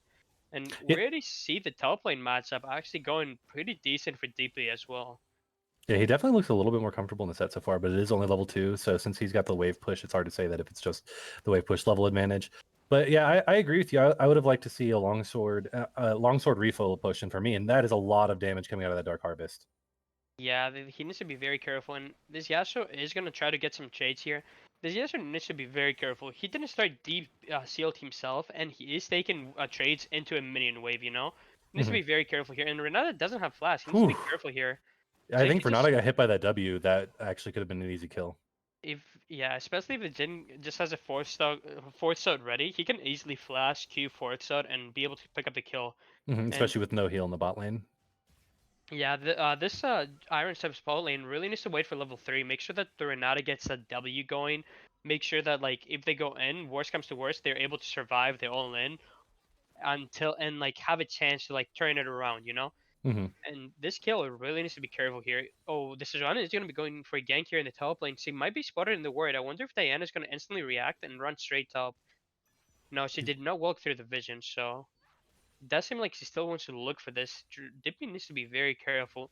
If they just Dippy's revive. positioning okay right now, though. I definitely like the. Okay, never mind. Just as I say that, he walks up a little bit too far, but for the most part, he was staying. I feel like in what I consider like survivable range, where you can like easily, like especially considering how far back Aatrox was, that like for most of the time you could, but then there's some dangerous pathing towards the end of that. Yeah, that early word at the Raptors was able to like give Dippy the like knowledge Hmm. that this is one is in the top side right now, you know? And yeah, he's taking some really good trades. He just needs to make sure that he doesn't overextend. He's Oh in a yeah, that's a very really good comfortable trade. he's in a very comfortable spot to take an easy 1v2 if he wants to, but he needs to play this correctly. He's going to be ganked right now. I wonder if he's going to spot it out. His W is going to be up in 7 seconds. He needs to not get hit by this Aatrox Q. He's going to be stunned for way too long, and he's going to flash out. He's kind of wasting his E at this rate, and Ah, yeah, that's not what you want to do. He wasted Ignite as well. He needs to take it more slow. I think he just started panicking. honestly, I think if he even did an aggressive flash there, he could have turned it around by just making sure to like stun both of them, making sure to get a higher value W. But instead, like just getting hit by all those Aatrox Qs, it's Yeah. just the execution was just off there. I don't think he realizes that. Like he probably knows this. When you E with set, you want to make sure that you get people on both sides. The stun lasts for way longer, and that would have given you the chance to like instantly ignite the Aatrox and get a better W off at that point. You know, Hmm. give you a better opportunity to get the kill. And Diana is able to pick up the Grump in the bot lane, and she will be spotted in the ward here. It seems like they're gonna want to jump the Jhin. The Jhin does have flash, and the Yumi has both sums up. Yeah, Renata Q Ugh. just barely misses. Diana needs to be careful here. Yeah, they're just gonna walk out, and what I want to see right now is that this Sejuani like uses this to her advantage. She already has the reset pulled off. She can easily maybe go for a dragon here. You know, she does have the item advantage, and but she will be spotted in the ward. They know Sejuani's coming here. This Dinah needs let's to choose to do something though, because her just walking back and forth, still not stay having in. a recall, not hitting 6, it really hurts. Yeah, she has her whole jungle up. She could have reset 20 seconds ago, and been at her wolves right now. This is like Yeah, really hurting her game. She had such a huge advantage, and she's kind of throwing it by standing around. I definitely agree because like one of the things too is like while having the CS advantage she did, if she had just like recalled into like maybe going to Gromp because it would have just spawned in and then just path bot if she really wanted the bot gank, it would have been better off. But now she's still just struggling at Krugs. Yeah, and Renata doesn't have flash here. The Sejuani's gonna have flash on her, and I think she's in trouble here. The Diana's almost there. Oh, but she's not gonna get there in time. I'm not sure if they can keep going. Yeah, that might be way too deep for them. And another weird thing that I'm seeing is that the kill bought a tier. What do you think of that? I don't really like it. I understand the idea of being able to like never have to worry about mana, so you're able to like use Q to get minions you normally wouldn't be able to. Probably use quite a few more Ws that you normally wouldn't be able to, so you're able to kind of like sustain in lane. But I think like you can get a lot of that from like the leeching orb from an early D shield. I think like I think it's basically like personally, I think as Kale the champion with where she is now, I think it's better to manage your mana better. Um, and then just go. I still prefer the AP build. I've seen people do the AD build more often, but I also don't see Kale as often anymore. So it's hard to say, but I just don't really like it. Yeah, and this Diana seems like she wants to path into the top lane at the moment. She did like instantly reset and run to her Krugs. I'm not sure about that. If I'm Diana here, I'd rather want to path to my bot lane and make sure I get that early dragon. And it seems like the MF is going to be going into the Jhin. She's going to pick up the kill. They're going to flash on the Yumi. The Renata Q is almost back up. 8 more See, seconds actually. Ooh, I think they're going to just get her in time. They just walked up way too far. They walked up next to the wave, and the 2v2 is going to be coming into the mid lane, but the Diana doesn't have ult to help the Yasuo get his ult off as well, and she needs to be careful here. The kill did use her ult, so Diana could look to turn if she wants to, but it doesn't seem like she's going to do that. And at the meantime, Dippy did fall down in the top lane from Mizaya. He overstepped, didn't have the flash, or he did have the ignite, but he didn't have the flash, and the Aatrox was just able to like hide around him and mhm. take him down. Honestly, I hate to say because I don't want to pile on one player, but I don't really know what Diana's doing. Really, it feels a lot like last game where we just kept seeing the Poppy like second guess what she wanted to do, wasn't really sure. And I think the biggest thing that Iron Chest right now is they need decisiveness out of their jungler. Like if they're already going to have kind of like a weak link, kind of in the top lane, even though he did play like the early part of the matchup well until he got ganked and it just put him like really far behind in XP. You're going to need the Diana to really focus up, and she does have a huge farm advantage, but man, like there, DPS is already starting to get kills, especially on the people they want, let alone getting the dragon as well. And I think Diana not just power farming for that early 6 to just like stay on the Yasuo, like it's Oh, the Renata will face check, and the MF ult is gonna come down. That's a lot of damage, but another one to follow that up. And this Sejuani is gonna ult. I think this is way too aggressive from DPS. They cannot kill the MF here, they unless could he just take a lot of tanks ooh, every ultimate ooh. for some reason. So another major thing, Diana isn't doing the Nasser's Tooth into like Sunfire build. This is gonna be way too squishy this game, and we do see the MF fall down here. This is I- awful for the bot lane I'm as well. Everything's I'm just coming up DPS. Yeah, Iron Chefs, I don't think they're realizing their Diana is taking the Rift Herald. They don't need to make plays across the entire map. That's what previously happened 2 minutes ago. Hmm. Like a fight happened in the mid lane, a fight happened in the top lane and in the bot lane at the same time. Just pick a fight in one side of the map and just have the other two lanes chill. Just tell them like we're fighting bot, relax. We don't know where the Sejuani is. There's no reason to walk up or to even look for a fight. Why Hmm. trade plays across the map and make the gold advantage even when you could like come up like ahead in any scenario? And they And could I, look I for don't a I don't like Diana. I just don't like popping this already because she's not really looking for the dive. It's a Kale who's about to have ult and whatnot. And I just think that like you've got a lot of time before 14 minutes. You have 4 whole minutes. You have 4 whole minutes, and that's almost like 8 different minion waves of like decisions to make. And like I just feel like personally I would have sat on that Herald and then waited until I could get like a really good gank off in mid. I think one big thing in that case is I would have liked to see Yasuo try to freeze the wave because I'm very curious if he's able to by just pushing it and then using a like or just like bouncing it, freezing it, having a Diana gank from an interesting angle that you've probably pinked out and into a Herald into first turret would have been a much better play than just dropping it as soon as you buy Yeah. it. Or even drop it in the bot lane. The bot lane is just a Jhin with a Yumi. If you're able to like jump on the Jhin and he flashes away, if you instantly Diana ult him and bring him back, he's immediately dead. Mhm. You have the follow up by the Renata and the MF, and then you can just get a whole tower after. And the Jin's gonna be in the mid lane. This Yasuo needs to be very careful. The Sejuani's right behind the Kale as well. We will see the Yumi ult come out and he is gonna be forced to flash away there. He's just overstepping. Their bot lane's off the map. You have no vision. Like Iron Chefs, they need to play a little bit more passive, a little bit more calculated. We're just seeing It that solo queue play style. Yeah, I think it's the nail on the head about the solo queue playstyle, and I think it's what we're seeing from like the carries, or at least the two big focal points from Iron Chefs, is that mid lane and the AD carry feel like they have to do too much.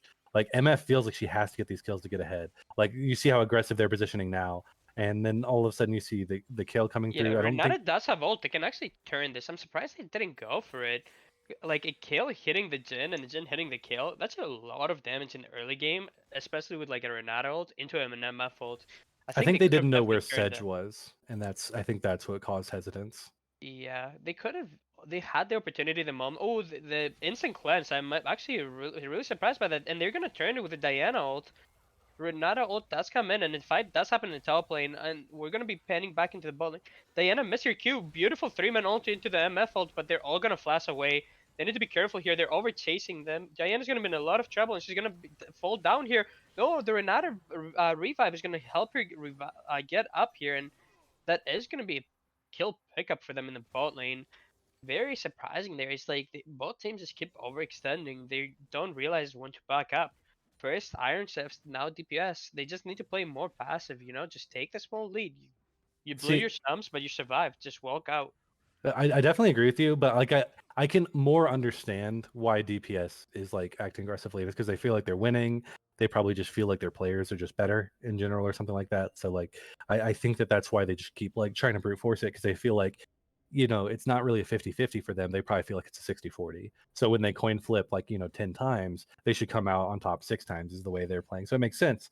But like when you're Iron Chefs and you're like playing from like this disadvantage and like you haven't really been able to burn summoners from other people, like it was very fortuitous they were end up getting a kill even though it unfortunately landed on top of their on Renata, especially the bounty. But like I think you have to be like a little bit more realistic on and with what are wins and what are losses. And like I think like over pushing like that isn't that great, especially like when you already get the summoners out. That's a win. You've got Dragon coming up soon. Yeah, You got to be Sejuani's already careful. there. They're gonna be in a lot of trouble here. Sejuani will have ult very soon. It's gonna be up in 2 seconds. She could instantly throw it. No, it doesn't seem like they're gonna overchase.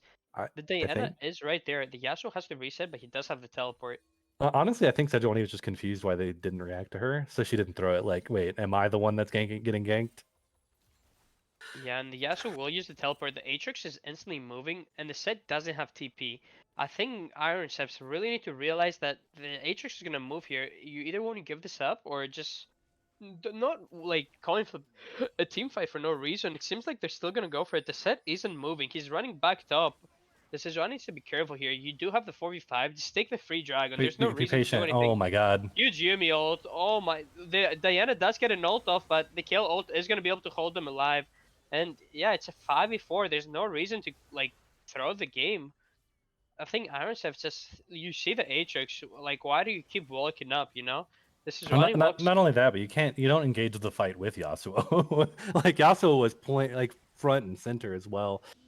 So like it's one of those things that I feel like Yasuo is generally, unless he has like Q3, he's a reactive champion where you play him with your team, especially in a competitive environment. And just kind of like walking up to the Aatrox like that, especially like knowing that they have like a Yumi and lots of other follow up was like extremely sus.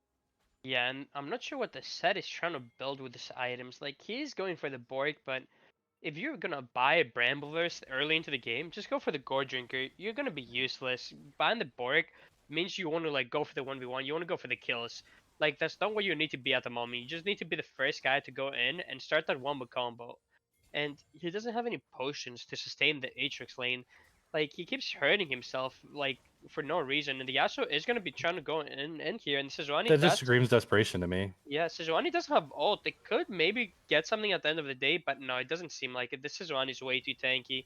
And yeah, Dip is just gonna keep getting chunked out in the top lane. This Diana, nowhere to be seen. She is like way ahead in the CS department, but she isn't able to show anything with that, you know? She Yeah, but hasn't also gotten the rift. Sejuani, like you're okay not having gold. Like, you know what I mean? You've got your 3-0 Aatrox. You've got the Kale who is only like, 20-ish CS down in the mid lane, but has the kill and 2 assists to her name. You have your bot lane, which is not really giving up kills and able to still get the assists as well. And then since she's also getting the kills, like, that CS lead doesn't really mean anything. They're actually only like 100 gold apart. Yeah, and if you're a Diana, I'm not sure why you don't just go for the Rift Herald when you know the Sejuani's bot.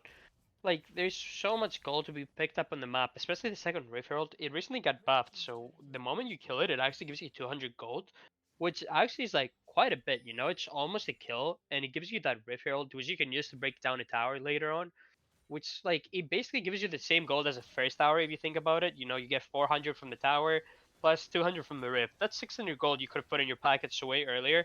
They're still gonna pick it up at the end of the day, but I feel like they're just wasting their tempo at this rate. Like, Iron Chefs could have way better tempo. They could be out in the map way earlier. And I still think the most criminal thing this game though is that the Kale on the side of DPS, she is level 11, and there wasn't a single like Yasuo Diana gank in the mid lane to try to like keep her behind. yeah, like, you can't let this Kale look good. This Kale hasn't done anything the entire game. She's just kind of I mean, sitting she there had a getting good ult though. carried. She did have a good ult that Yeah, that earlier, one but I team mean, fight, but both games, she's just kind of sitting there like an enchanter. Like, they're kind of disrespecting you by that. And we do see the Sejuani and Atrix ult come in, but you cannot win this 2v2. Oh, wait, they're still turning for it. I don't think this is very risky. uh, Said will have W, but he's gonna completely whiff it. And I'm not sure in what world you go for the 2v2 when the set has no items and the Sejuani has a fully stacked Sunfire, and Renata's gonna be collapsed on and full for no reason again. This yeah. is just horrible macro by Iron Chefs. One of the worst parts about it is I think everything that could go wrong with that top lane fight did. Like the set ult wasn't like at a correct time because I'm pretty sure the set actually ulted him out of the Diana ult, so the damage didn't even come through on that. Let alone didn't get a slam on top of another person as well. The W also goes sideways, and then Diana did that weird thing where like junglers try to force Herald so much that they just stay in lane and let the other jungler walk there. Like you can't just sit there and like push the lane for like your top laner and then not expect somebody to respond. Yeah, And no. like I have a big problem with that too, especially considering like how far ahead Aatrox is, because like Aatrox can probably already 1v2 you. So really Yeah, trying to use the Herald there is just really suspect. and I'm not sure like what Iron Chefs' like plan has been this first two games that we've been watching. You know, the Yasuo kind of the JS method. He kind of just sits in lane and waits for his jungler to do something, but it doesn't seem like Calabina is able to like produce anything. You know, he isn't able to make a play. He isn't able to like make those ganks happen, or like anything like to get JS methods going. You know, so they're just kind of sitting there like ducks, and their bot lane. It's kind of like trying to carry this weight. Oh, we do see the flash come in, but an instant gale force by the Jin, and they are able to get out. The third And dragon is in 40 seconds too. my thing is that like I also don't think though the JS method like helped Diana in the sense that like you know, especially when you're the master player. I'm gonna go ahead and let this fight play out. And we do see that, yeah, the Atrix is going to keep resetting through the entire team. The Yasui will try to go in, but nothing will be able to get done. The critical does come out, and it will hit the set, but the set is a little bit way too tanky as he is full HP. And they're just going to be able to keep diving them. There isn't nothing they can do here. Iron Chefs, they're just getting demised upon. Nothing they can do, and But this isn't what you want to see. I guess to go back to like my previous point though, is that I think every single time I panned back mid lane, GS method always just seemed to be like almost under Kale's turret pushing. And like when you have like when you're against a Kale matchup, like it's the same as like against a Nasus matchup, and you're not gonna beat them by pushing into them. You're doing what they want. They don't have to like, you know, risk their life for like CS. They don't have to do anything. All their CS and XP is coming to them. So if anything, you're playing the exact way that Queen Lyre wants you to play, and she's gonna be okay with that all day long. She's like, go ahead, keep just pushing the wave into me. You know, I'm not gonna get ganked from here. You know, I'm just gonna ult on these dragon fights, and I'm gonna sit there and do like my little AOE, my ambient damage. Once I hit 16, I'll do whatever. So like the thing I would have liked to see out of GS method, especially considering he's the master player, I would say he's probably supposed to be the focal point of this team besides their AD carry. I would have liked to see him like try to freeze lane. I would have liked to see him use pink wards. You know, a little more to try to really like help his jungler like gank his lane. But instead, like you said, it's like they're just playing the solo queue style and hoping that they can just like win a lane or just win a team fight, Yeah, and it just doesn't work. coming back to my original comment, like, yeah, he is master tier, but it's very easy to hit master tier. All you have to do is you just want to sit in lane and pick a champion that will be more useful than the enemy champion at the end of the day, you know? You can just go even in lane, and as long as you make the enemy character more useless than you, you're able to climb, you know? True, Pause. There's true. Pause. Did this man just say it's easy to hit master? I hit it every season. I'm aware that you're a master player, but for most of our casual audience here, uh, we do not agree with you. And there's a lot of people who have put in hundreds of games, maybe thousands of games that have It's not hit master. It is it's not very simple. easy to hit master. But You I can pick also Yumi and just sit on the carry every game, and you'll hit it within 500 games minimum. Oh my my thing god. Okay. my thing is though, like if you hit master, I feel like you should still know how to like freeze your lane. There's a big difference when it comes to master tier, though. There's like low masters, there's like high masters, like masters right below GM. And I don't know, for me, like whenever I hit masters, is always when I play for fun, you know. If you like try hard, you can get to GM and stuff like that. Like when I used to be a Yi 1 trick, like that's like my highest point of my life. But what's it called? I'm reformed now. I don't play that dead champion anymore. And we will see a Baron come out here. They need to be very careful, DPS. They could throw the game. Huge Renata ult into the MF ult. What a wombo combo. This is what Aaron Sips is looking for. And they will get two shutdowns. The Yasuo will look for the 1v1 in the bot lane, but he is going to lose that. But Iron I mean, Sips, I would lose that every day if it got my team, you know, those kills that they got from the jungler and that. But Aatrox should be able to just come in here and kill yeah, everybody. he's going to teleport in. Iron Sips just needs to get out. Like, that fight is worth for them, you know? It was a 2 MF. for 2 at the end of the day, and she will be able to walk out of that. Okay. Yeah, but back to what I was saying. If you're able to hit diamond, master tier is like very simple. You just need to get out of D4. D4 is like it's like a prison cell, you know? It is though. Like because uh, people there like will ego the game for no reason. As long the moment you escape D4, you breeze past D3. D2 is another prison because that's when everyone starts getting their ego checked. And the moment you get to D1, D1 games are like master games, you know? At the end of the day, like you just like I said, you just have to make sure that the enemy guy is like way less useless than you. The boss FFS, for example, he dies 20 times, but all he does is split push. You know, he puts pressure on the other team. That's what you have to do. It doesn't matter that the other person is fed. You're more useful than him in a way where you're making the game harder for the other team. And I feel like JS method, that's what he's kind of want. Like he's playing, you know, he's playing that style where he's just gonna farm up in the mid lane and then try to be like more useful with his champion pool. But we don't see that happening here as his team isn't able to like do a lot of stuff. So but yeah, that's what. But I still expect more out of it because like I do get what you're saying, but like when you're still like the focal point or like the highest skill expression, like champ on there, you have to have a bit more of a voice and you have to put your team in positions to succeed. Like you can't just sit there and then farm up and be like, well, I can do this when all my other, you know, the players on my team are either like high diamond or whatever. But like when you're playing in something like this, like you have to be the carry, whether it be from a macro standpoint, and probably honestly you probably have to be the macro standpoint carry, just because your team's gonna need it. Oh Yeah, no, I you need just to make. remembered something about JS Method. I just remembered like last week after their win in Trash Talk. Apparently he's a coach. And then he posted his Patreon link for aspiring mids to take his coaching classes. So Oh, huge this, settled here. Beautiful stun. The Yumi isn't gonna be able to get back in. They're getting the wombo combos, but they aren't chaining them. You know, they're kind of splitting it up. And back to what you were saying, Ito, the thing is like you can be a coach and like be able to coach someone on how to survive lane and be mhm, able to like be decent in lane, right? But you can like you can coach that. It's very simple, but coaching someone to be able to like understand macro and like like split time decisions, that's a different topic on its own. mhm. So I'm not sure what the guy coaches. Like I could see like He has his him own just Patreon. coaching like JS Academy is apparently what this thing is called. Is this a real he, link? Is this a real thing? Patreon.com/JS Academy, a League of Legends coaching platform. yeah, Yeah. it's very possible, you know. Like for me, I'm not sure. I've had a lot of coaches through my time. You know, I've had proving ground coaches. I've had like academy coaches, and like they all are different. You know, other coaches teach you laning. Other coaches will teach you like fundamentals, like wave control, and everyone has like a different style. It's very hard to find someone that can like do all in one. You know.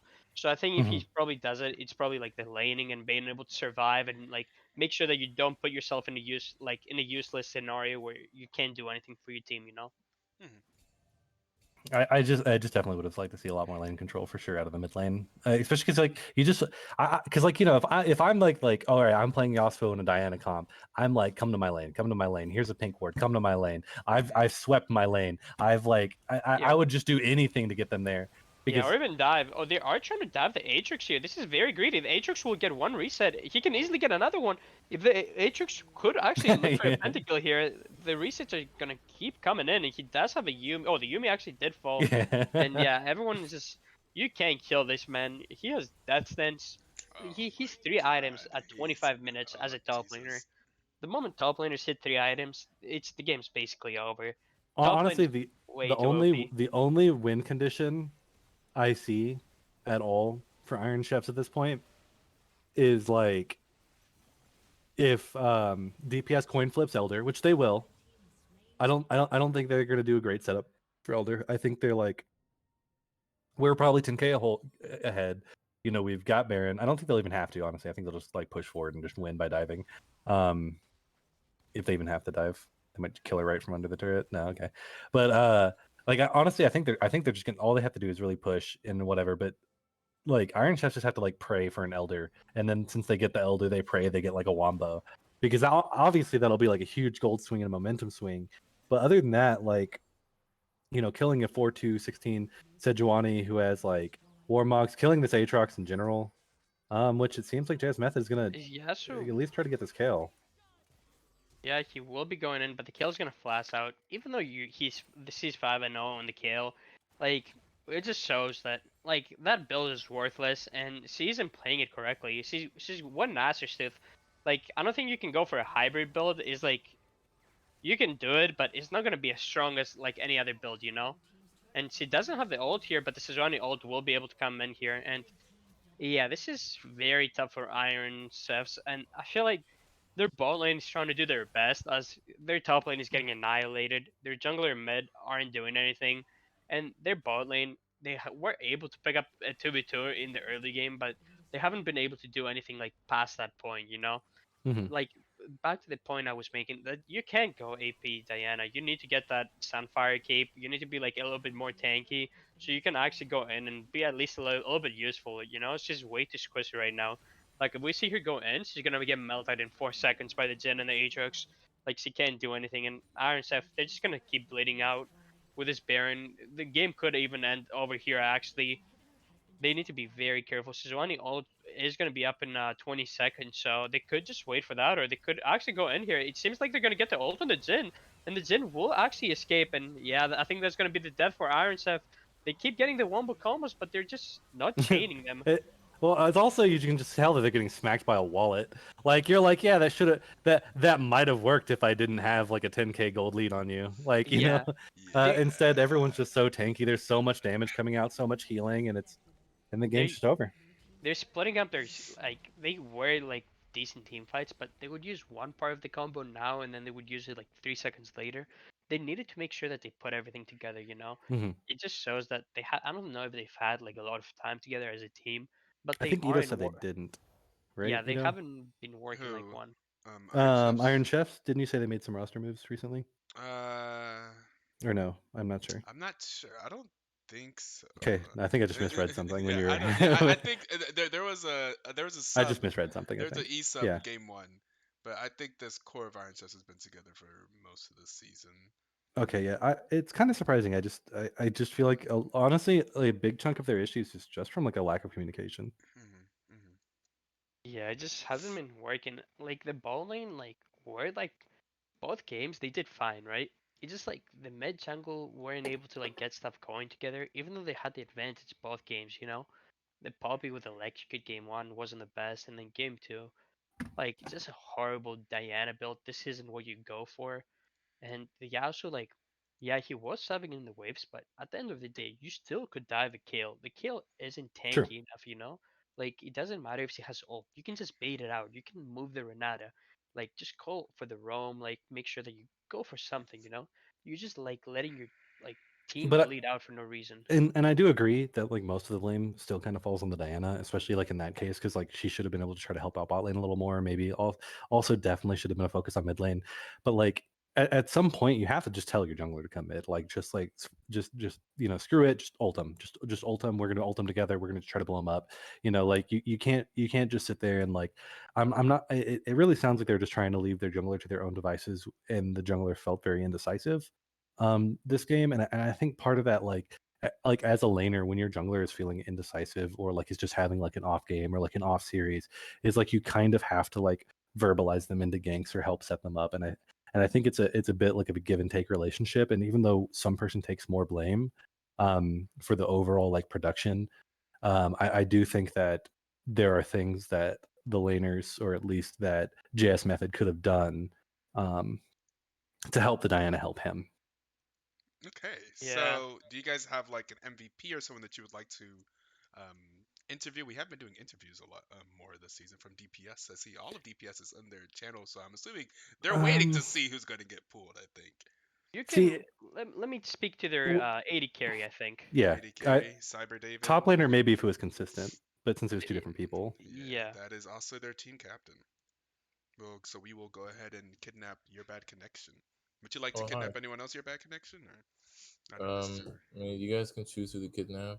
Yeah, well, we chose you. Let's talk let's talk to Okay. you for a second. Okay. So the the bot lane like 3v3, it was like a little bit back and forth in the first 10 minutes for you guys, but after the 10 minutes it seemed like you guys would just instantly like win the game. Like what was happening? Like what made you guys just instantly win that after like 10 minutes of back and forth where like you guys would kill them, they would kill you back, and then like as soon as 10 minutes passed you guys like wouldn't stop like running at them and like killing them nonstop. Like what was the S- change?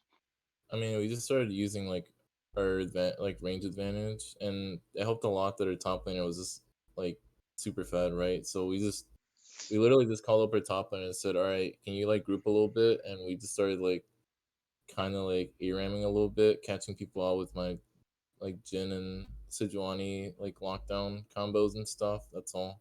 We just used our range advantage. It was pretty bad early game. Like MF is gonna bully me a lot, but I think 2v2 we were out trading them, but we like inted a couple times. I know I inted, but for the most part, the reason why the Jin was picked was to outrange the MF and the Renata and have someone else like hit them instead of me. I can just Yeah. root them or them. I don't even have to get close to them.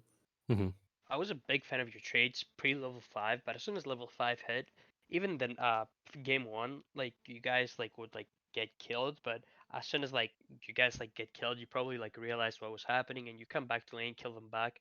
But before level 5, you guys were like just pooping in them in the early parts of the laning phase, which is like why like I wanted to pull you over here. I was like a big fan of the trading and what you guys were doing there. Game one, for example, you didn't have the team come to get those like that early second dragon or the first one. I'm not sure which one you guys got, and you were actually able to like pick it up, even though like it was kind of looking bad. Game two and even game one, like you were able to pick up like a lot of objectives when like you were in a position to, and you guys had a kill mid that kind of looked like an enchanter. That the kill wasn't doing a lot of damage. Like she was just sitting there like farming, and those builds were horrible. Like I feel like you guys just put her in your back. So what do you have to say about that? Um, well, I wouldn't. I think the mid laner fulfilled, like, I think Lara did like a good job of just applying or like absorbing all the pressure, right? Like, we picked her mid lane kill to absorb all the pressure uh and also to give her like late game insurance. Like, her job wasn't to like do anything other than farm. That's what like her role was that game. So I think she did great in that respect. So I wouldn't say she did bad. And also, um, so to your other part of the question about the objectives and stuff, even though we weren't supposed to get them, I think it was just the nature of her comp. Like, for example, like, yeah, we would get like killed in lane or like gank, but we would come right back and get prio just because the 2v2s is better. They went with Silver Yumi, and I mean, what's that gonna do against Lucian Nami? Like, yeah, you're gonna outscale it later, but until you have like 3 items, I'm still gonna poop on you, even with like not that many items. It's just the nature of the matchup. Yeah, there was Um, some situations where you guys overstayed, but like that was just yeah, like a fox in my opinion. If you guys had like mana and like cooldowns, you could have like definitely gone the other way. And yeah, back to that's it what for me. like There's definitely a lot of greed there. I'm not like yeah. Yeah, it was my bad. I know I think I like stayed for one more minute and I just got like Yeah, okay your and I jungler died. was leaving and your Nami was backing. Yeah, and the thing I'm trying to flame about the kill, like, is that she would start Doran's blade instead of Doran's shield, and she would buy tier both games. I feel like when you're absorbing all the pressure, that's something you want to do. Like you're kind of Mm, setting up yourself to like fail, but it kind of like helped that the like Calabina, the enemy jungler, that guy looked like he was lost the entire series. He was just going back and forth, like not knowing what to do. So in mm, like that regards, kind of like helped you guys a lot. I feel like like game one, for example, that kill was getting chunked out of lane way too much. The Nami was able to like help with the Sejuani, cover her and everything. But mhm, in other regards, I think you guys played wonderful. Like the Nami had great rotations. You were able to like move along. You were able to like call your top laner. You guys got like great, nice flank like TPs and everything like that. And I think you guys had like a very good macro series that was Mhm. very enjoyable to watch, even though you Uh, guys had an ESAP game one. See, the thing is though, is that even though Kale did run into some difficulties, one thing I really liked seeing from the Kale, even though like I do agree some things in the build could have been different. Like I personally would like boots 4 pot or like I personally don't really like Manamune. I don't really see the purpose it fulfills. But I'm sure she could probably explain it. But one thing I noticed is that she was still really good at keeping up with XP, and no, like yeah, that's one thing that I've always noticed about like players, especially in like matchups that she put herself into, and just in general, is that like when somebody goes down in CS, they usually go down 2 or 3 levels, and the thing was is that she was still good at like staying in XP range and making sure that she was going to hit that level 16 late game insurance. And then especially with how you guys had controlled the map on either side, it allowed her to kind of just buy the items she wanted. She had really crucial ults and stuff like that. So there's still like a lot of good there. I think that I definitely think it's a little greedy to like first pick Kale, or like as early you guys are picking it. But I guess like uh, people probably just know by now. Maybe I'm not sure. I need to definitely follow the season a bit more. But like being able to stay even, like, or stay like really close to even in like CS and things like that. yeah. Or I mean, or XP at least, right? Because like the level 16 for Kale is pretty much everything. Was really impressive for me. Um, and I don't know. I think you guys just played really well. You guys played similar to how I remember you guys playing before. Even though how much of this team is the same from when we played? None of them. It's just me. None of them. It's just you. Yeah. I remember Queen Lyre. Was she just on a different team? Chief subbed in for one best of three, I remember, but that's about it. It was Alice Did she Scanner who ever? was my mid laner. Yeah, I remember Alexander. Yeah, Don't yeah, don't get me wrong. I just feel like I remembered it. I don't remember if Oh, Queen we Lyre remember good on. yeah. Alistair. Queen Lyre did play one game or one best of three for our team last season. Just Did she one play any though. scrims? I think she might have played one, but Okay, because yeah, that's I about do it. remember us going mostly against Alexander almost all the time.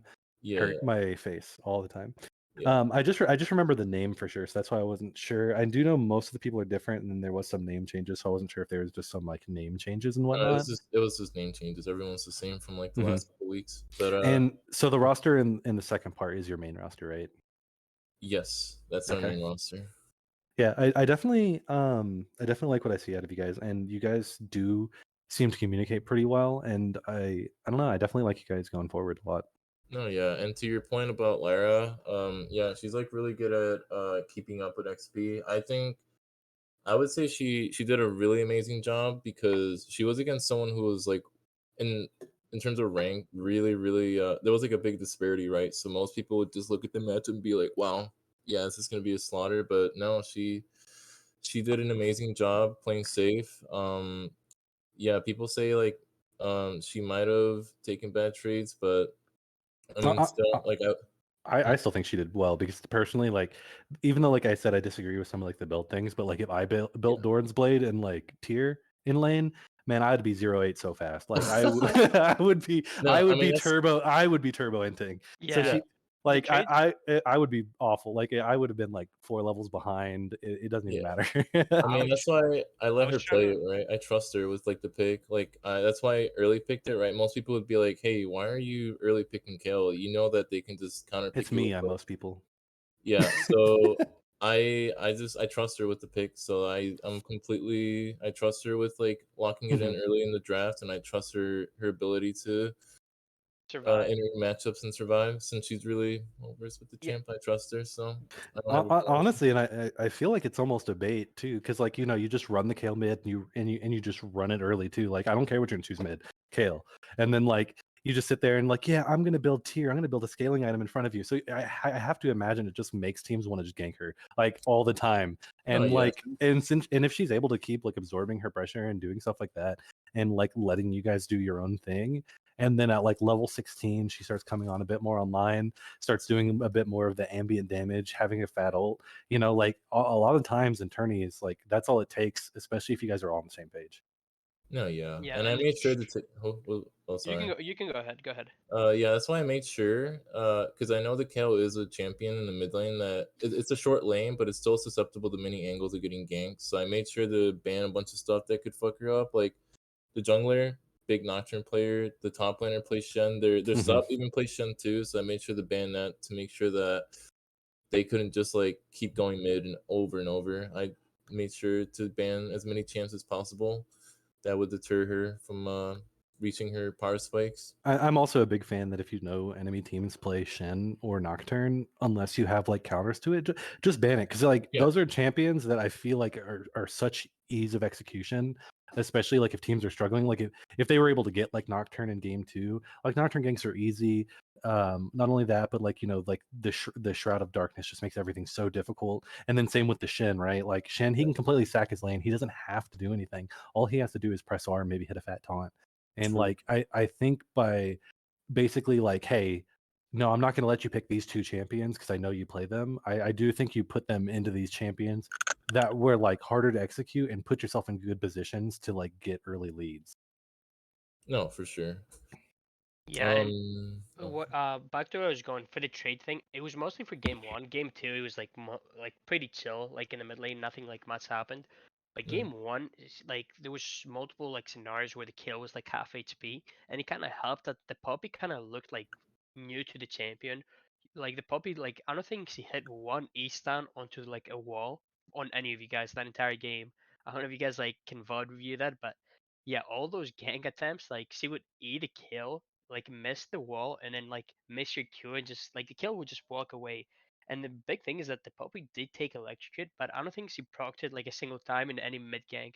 So I feel like if there was like a different jungler maybe that was like more experienced or was more able to like gank, it definitely could have been like punished a little bit more. That's what I was like trying to like say. But Yeah. otherwise, like for this series, it was like played really wonderful. Like the fact that she survived that many times, it like really impressed me. No, yeah, she's really good. Also, one thing I do want to also talk about. I know like people don't really get to see like comms and like like you know how there's things in the game where you can't really like put stats on or like measure The it. intangibles. Yeah, yeah, yeah. I'd like to like give a shout out to Kenzie and Lucy because they're both playing really well too. You just can't like necessarily like hear what they're Quantify saying. it. And yeah, yeah, you can't quantify it. So I want to give a big shout out to them, especially Kenzie this series. She did really well in like covering us, right? She did a really good job of hovering mid bot when she needed to, and she ganked top a lot and got them ahead. I mean, she got to do 18k damage in that last game, Oh which yeah, was like she did a lot. yeah, So that was like the dream Sejuani game, to be oh honest. yeah, Like I love it when stuff like that happens. Yeah, and people yeah, and people also really underestimate like you said, like the intangibles, like things that happen in the comms and like how the team fits together as a whole.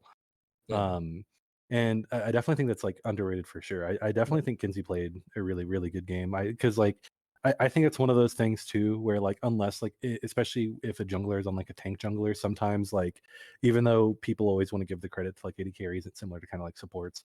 Like yeah. she did have a huge impact into the games.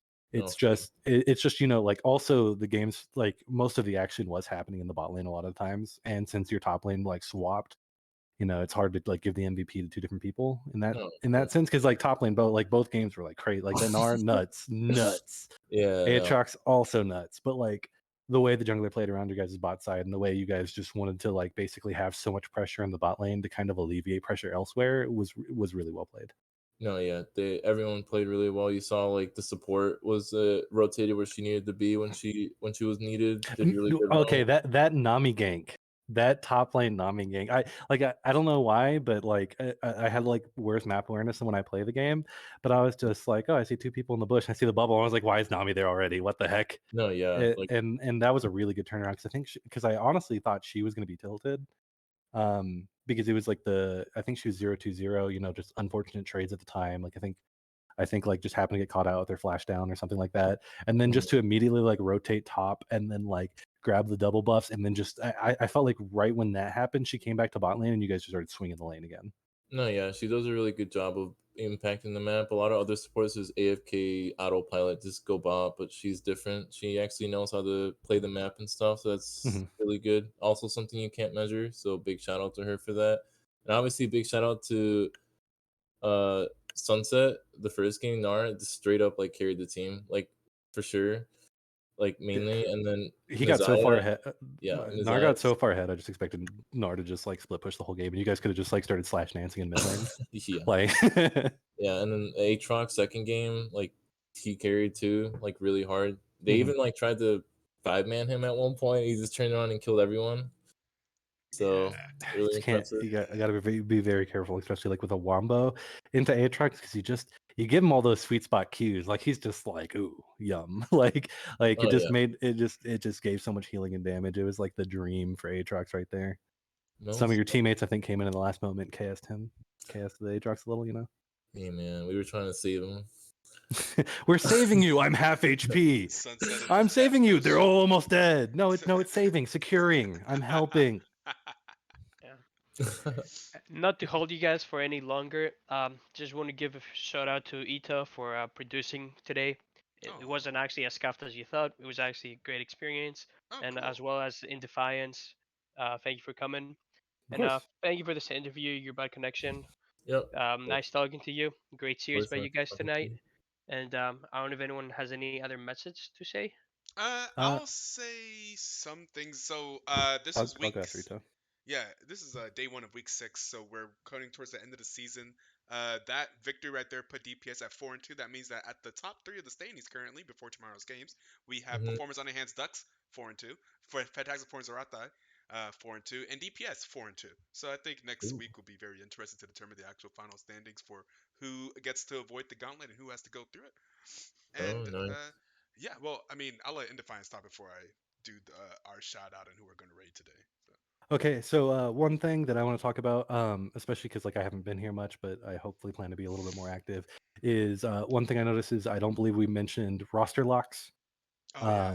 And roster locks are generally were supposed to kind of happen like by this weekend, but because it wasn't mentioned, it can easily slip people's mind because man, these 6 weeks have went by like really, really fast. Mhm. So basically, we're gonna be aiming, I believe, for the roster locks to be Monday, right, Ito? Yes, yeah, yeah. Hopefully, yeah. I'm gonna make an announcement about that, like a written announcement. Make sure the Okay, captains I know. just figured if we go ahead and mention it, like every stream, because like at least maybe Right. both teams could hear it, at least your bad connection or Mhm. whatnot, the people here can hear it as well. Just go ahead and mention it as much as we can. Of course. Make sure that people have their time. I might say something in general after this, so just making sure. Other than that, you got a free agent in Defiance, in the jungle. Speaking of roster lock, you need shot calling. You need shot Come calling in. if you need some This kind of is different feel the of it. last chance to pick up InDefiance is this It's your weekend. boy. It's your boy. Going Throw into throw me into some flex games. You'll be like, oh damn, we're gonna make playoffs, and that's all I'm saying. the Wait, what? So what? playoffs, You guys the accept Masters playoffs players? assassin, the playoff It, assassins. Yeah, we it do. depending on the point system, Yeah, it really. depends on depends on how many points they have, but the playoffs assassin and Defiance coming in.